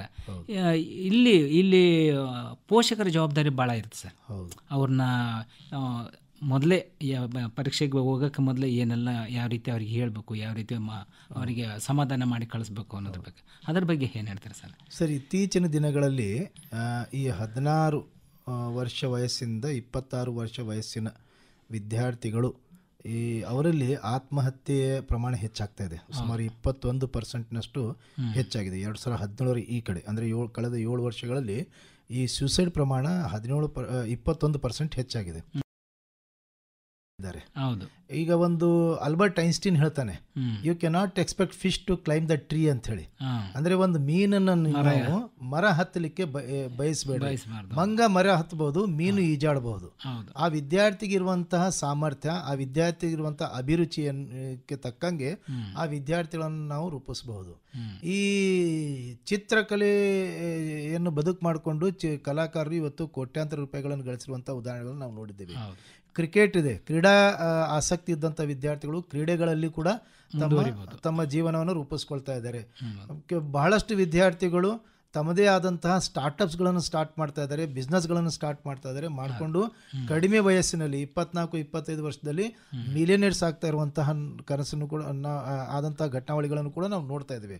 ಸೊ ಹೀಗಾಗಿ ಆ ಮಗುಗೆ ನಾನು ಬದುಕಬಲ್ಲೆ, ಜೀವನದಲ್ಲಿ ಬರುವಂಥ ಯಾವುದೇ ಸವಾಲುಗಳನ್ನು ಎದುರಿಸಿ ನಾನು ಬದುಕಬಲ್ಲೆ ಅನ್ನುವಂಥ ಒಂದು ಆತ್ಮಸ್ಥೈರ್ಯ ಮೂಡಿಸ್ಬೇಕಾಗಿರೋದು ಇಬ್ಬರು, ಒಂದು ಶಿಕ್ಷಕರು, ಎರಡನೇದು ಪಾಲಕರು ಅತಿಯಾದಂತಹ ಒಂದು ನಿರೀಕ್ಷೆ ಇಟ್ಕೊಳ್ಳದೆ ಆ ಮಗು ನನ್ನ ಆಸ್ತಿ ಮತ್ತು ಆ ಮಗು ಸಮಾಜದ ಆಸ್ತಿ ಅಂತ ತಿಳಿದಿದ್ದೇ ಆದಲ್ಲಿ ಆ ಮಗು ಮೇಲೆ ಯಾವುದೇ ರೀತಿಯಾದಂತಹ ಒತ್ತಡ ಇರಲ್ಲ. ಆಮೇಲೆ ಪರೀಕ್ಷೆಯಲ್ಲಿ ಆದಂತಹ ಸೋಲು ಜೀವನದ ಸೋಲು ಅಲ್ಲ, ಒಂದು ಘಟ್ಟ ಅದು ಅಷ್ಟೇ. ಆ ಪರೀಕ್ಷೆಯಲ್ಲಿ ಸೋಲಾದವನು ಸೋತವನು ಜಯಿಸಬಲ್ಲ. ಆದ್ದರಿಂದ ಆ ಪರೀಕ್ಷೆಯಲ್ಲಿ ಸೋತಿದ್ದಕ್ಕೆ ಆ ಮಗು ಯಾವುದಕ್ಕೂ ಉಪಯೋಗವಿಲ್ಲ ಅನ್ನುವಂಥ ಭಾವನೆ ಆ ಮಗುವಿನಲ್ಲಿ ಬರಬಾರ್ದು. ಆ ಮಗುಗೆ ನಾವು ಸೂಕ್ತ ಮಾರ್ಗದರ್ಶನ ನೀಡಿದ್ವಿ ಅಂದರೆ ಆ ಮಗು ಕೂಡ ಯಾವುದೋ ಒಂದು ಕ್ಷೇತ್ರದಲ್ಲಿ, ಎಲ್ಲರೂ ಹೇಳ್ತಾರೆ ಒಂದು ಕ್ಷೇತ್ರದಲ್ಲಿ ನಾವು ಆಯ್ಕೆ ಆಗಲಿಲ್ಲ ಅಂದರೆ ನಮಗಾಗಿ 3 ಕ್ಷೇತ್ರಗಳು ಕಾಯ್ತಾ ಇದ್ದಾವೆ. ಆ 3 ಕ್ಷೇತ್ರಗಳಲ್ಲಿ ಮತ್ತೆ ನಾವು ಯಾವ ಕ್ಷೇತ್ರ ನಮಗೆ ಆಸಕ್ತಿ ಇದೆ ಆ ಕ್ಷೇತ್ರವನ್ನು ಆಯ್ಕೆ ಮಾಡ್ಕೋಬೇಕು ಅಂಥೇಳಿ ನಾನು ಪಾಲಕರಲ್ಲೂ ಕೂಡ ನಾನು ನಿವೇದನೆ ಮಾಡ್ಕೊಳ್ತೇನೆ. ಖಂಡಿತ ಸರ್. ಯಾಕಂದರೆ ಯಾವುದೇ ಒಂದು ಇದಕ್ಕೆ ಆತ್ಮಹತ್ಯೆ ಅಥವಾ ಮನೆ ಬಿಟ್ಟು ಹೋಗೋದು ಇದೇ ಪರಿಹಾರ ಅಲ್ಲ. ತಾವು ಇಬ್ಬರು ಹೇಳಿದ್ರಾಗಲ್ಲ, ಸಾಕಷ್ಟು ಅವಕಾಶಗಳಿದೆ. ಬರೀ CET ಅಂದರೆ ಇಂಜಿನಿಯರಿಂಗ್ ಮೆಡಿಕಲ್ ಅಲ್ಲ, ಅದಕ್ಕೆ ಪ್ಯಾರಲಲ್ ಆಗಿ ಸಾಕಷ್ಟು ಬೇರೆ ಬೇರೆ ಒಳ್ಳೊಳ್ಳೆ ಕೋರ್ಸ್ಗಳಿದ್ದಾವೆ. ಆ ನಿಟ್ಟಿನಲ್ಲಿ ಪ್ರಯತ್ನ ಮಾಡಿದರೆ ಖಂಡಿತ ಯಶಸ್ಸನ್ನು ಕಾಣ್ಬೋದು. ತಮ್ಮ ಜೀವನವನ್ನು ರೂಪಿಸ್ಕೊಳ್ಳೋಕ್ಕೆ ಸಾಕಷ್ಟು ಅವಕಾಶಗಳು ಸಿಗ್ತವೆ. ಇಷ್ಟೊತ್ತು ತಾವು ಇಬ್ಬರು ಈ CET ಪರೀಕ್ಷೆಗೆ ಏನೆಲ್ಲ ತಯಾರಿ ಆಗಬೇಕು, ಏನೆಲ್ಲ ಒಂದು ಎಚ್ಚರಿಕೆಗಳನ್ನು ಗಮನಿಸಬೇಕು, ಪೋಷಕರ ಒಂದು ಜವಾಬ್ದಾರಿ ಏನು, ಮಕ್ಕಳ ಜವಾಬ್ದಾರಿ ಏನು, ಹೇಗೆ ಒಂದು ಸ್ಕೋರ್ ಮಾಡಬೇಕಂದ್ರೆ ಒಳ್ಳೆಯ ಫಲಿತಾಂಶ ಪಡಿಬೇಕಂದ್ರೆ ಏನೆಲ್ಲ ಒಂದು ಕ್ರಮಗಳನ್ನು ಅನುಸರಿಸಬೇಕು ಅನ್ನೋದ್ರ ಬಗ್ಗೆ ಸಾಕಷ್ಟು ಮಾಹಿತಿಯನ್ನು ತಾವಿಬ್ಬರು ನಮ್ಮ ಕಾರ್ಯಕ್ರಮದಲ್ಲಿ ಭಾಗವಹಿಸಿ ಮಾಹಿತಿಯನ್ನು ಮಾಡಿಕೊಟ್ಟಿದ್ದಾರೆ. ಅದಕ್ಕಾಗಿ ನಮ್ಮ ಆಕಾಶವಾಣಿ ಪರವಾಗಿ ತಮ್ಮಿಬ್ಬರಿಗೂ ಧನ್ಯವಾದಗಳನ್ನು ತಿಳಿಸ್ತಾ ಇದ್ದೀವಿ. ನಮಸ್ಕಾರ ಸರ್. ಧನ್ಯವಾದಗಳು ಸರ್. ಆಕಾಶವಾಣಿ ಕಲಬುರಗಿಯವರು ಇಂತಹ ಒಂದು ಕಾರ್ಯಕ್ರಮ ಆಯೋಜಿಸಿ ವಿದ್ಯಾರ್ಥಿಗಳಲ್ಲಿ ಪರೀಕ್ಷಾ ಪೂರ್ವ ಬೇಕಾದಂತಹ ಒಂದು ಆತ್ಮಸ್ಥೈರ್ಯ ಮೂಡಿಸುವಂಥ ಪ್ರಯತ್ನ ಮಾಡಿದ್ದಕ್ಕೆ ಎಲ್ಲ ಪಾಲಕರ ಪರವಾಗಿ, ವಿದ್ಯಾರ್ಥಿಗಳ ಪರವಾಗಿ, ನಮ್ಮ ಇಲಾಖೆಯ ಪರವಾಗಿ ಮತ್ತು KEA ಪರವಾಗಿ ನಾನು ಅವರಿಗೆ ಅಭಿನಂದನೆಗಳನ್ನು ಸಲ್ಲಿಸ್ತೇನೆ. ಧನ್ಯವಾದಗಳು. ಧನ್ಯವಾದ ಸರ್ ತಮಗೆ. ಜೊತೆ ಜೊತೆಯಲಿ ಬಾನುಲಿಯ ಜೊತೆಯಲಿ. ಇದುವರೆಗೆ ಜೊತೆ ಜೊತೆಯಲ್ಲಿ ಪ್ರಾಯೋಜಿತ ನೇರ ಫೋನ್ ಇನ್ ಕಾರ್ಯಕ್ರಮ ಕೇಳಿದಿರಿ. ಇದೇ 18 ಮತ್ತು 19ರಂದು CET ಪರೀಕ್ಷೆ ನಡೆಯಲಿದ್ದು, ವಿದ್ಯಾರ್ಥಿಗಳು ಹಾಗೂ ಪೋಷಕರ ಸಮಸ್ಯೆಗಳಿಗೆ ಪರಿಹಾರ ನೀಡಿದವರು ಕಲಬುರಗಿ ಪದವಿ ಪೂರ್ವ ಕಾಲೇಜು ವಿಭಾಗದ ಉಪನಿರ್ದೇಶಕರಾದ ಶಿವಶರಣಪ್ಪ ಮುಳೆಗಾಂವ್ ಹಾಗೂ CET ನೋಡಲ್ ಅಧಿಕಾರಿಗಳಾದ ZN ಜಾಗೀರ್ದಾರ್. ಕಾರ್ಯಕ್ರಮವನ್ನು ನಡೆಸಿಕೊಟ್ಟವರು B ಸಿದ್ದಣ್ಣ. ಶೀರ್ಷಿಕೆ ಗೀತ ರಚನೆ ಡಾಕ್ಟರ್ ಸದಾನಂದ ಪೆರ್ಲಾ. ಶೀರ್ಷಿಕೆ ಗೀತೆ ರಾಗ ಸಂಯೋಜಿಸಿ ಹಾಡಿದವರು ಕುಮಾರ್ ಕಣಿವಿ. ನೆರವು ಮಧು ದೇಶ್ಮುಖ್. ತಾಂತ್ರಿಕ ನೆರವು ಮೊಹಮ್ಮದ್ ಅಸ್ಲಂ ಖಾಸ್ದಾರ್. ಜೊತೆ ಜೊತೆಯಲಿ ಸಾಗಲಿ ವಿಶ್ವ ಪಥವಾ ಸೇರಲಿ.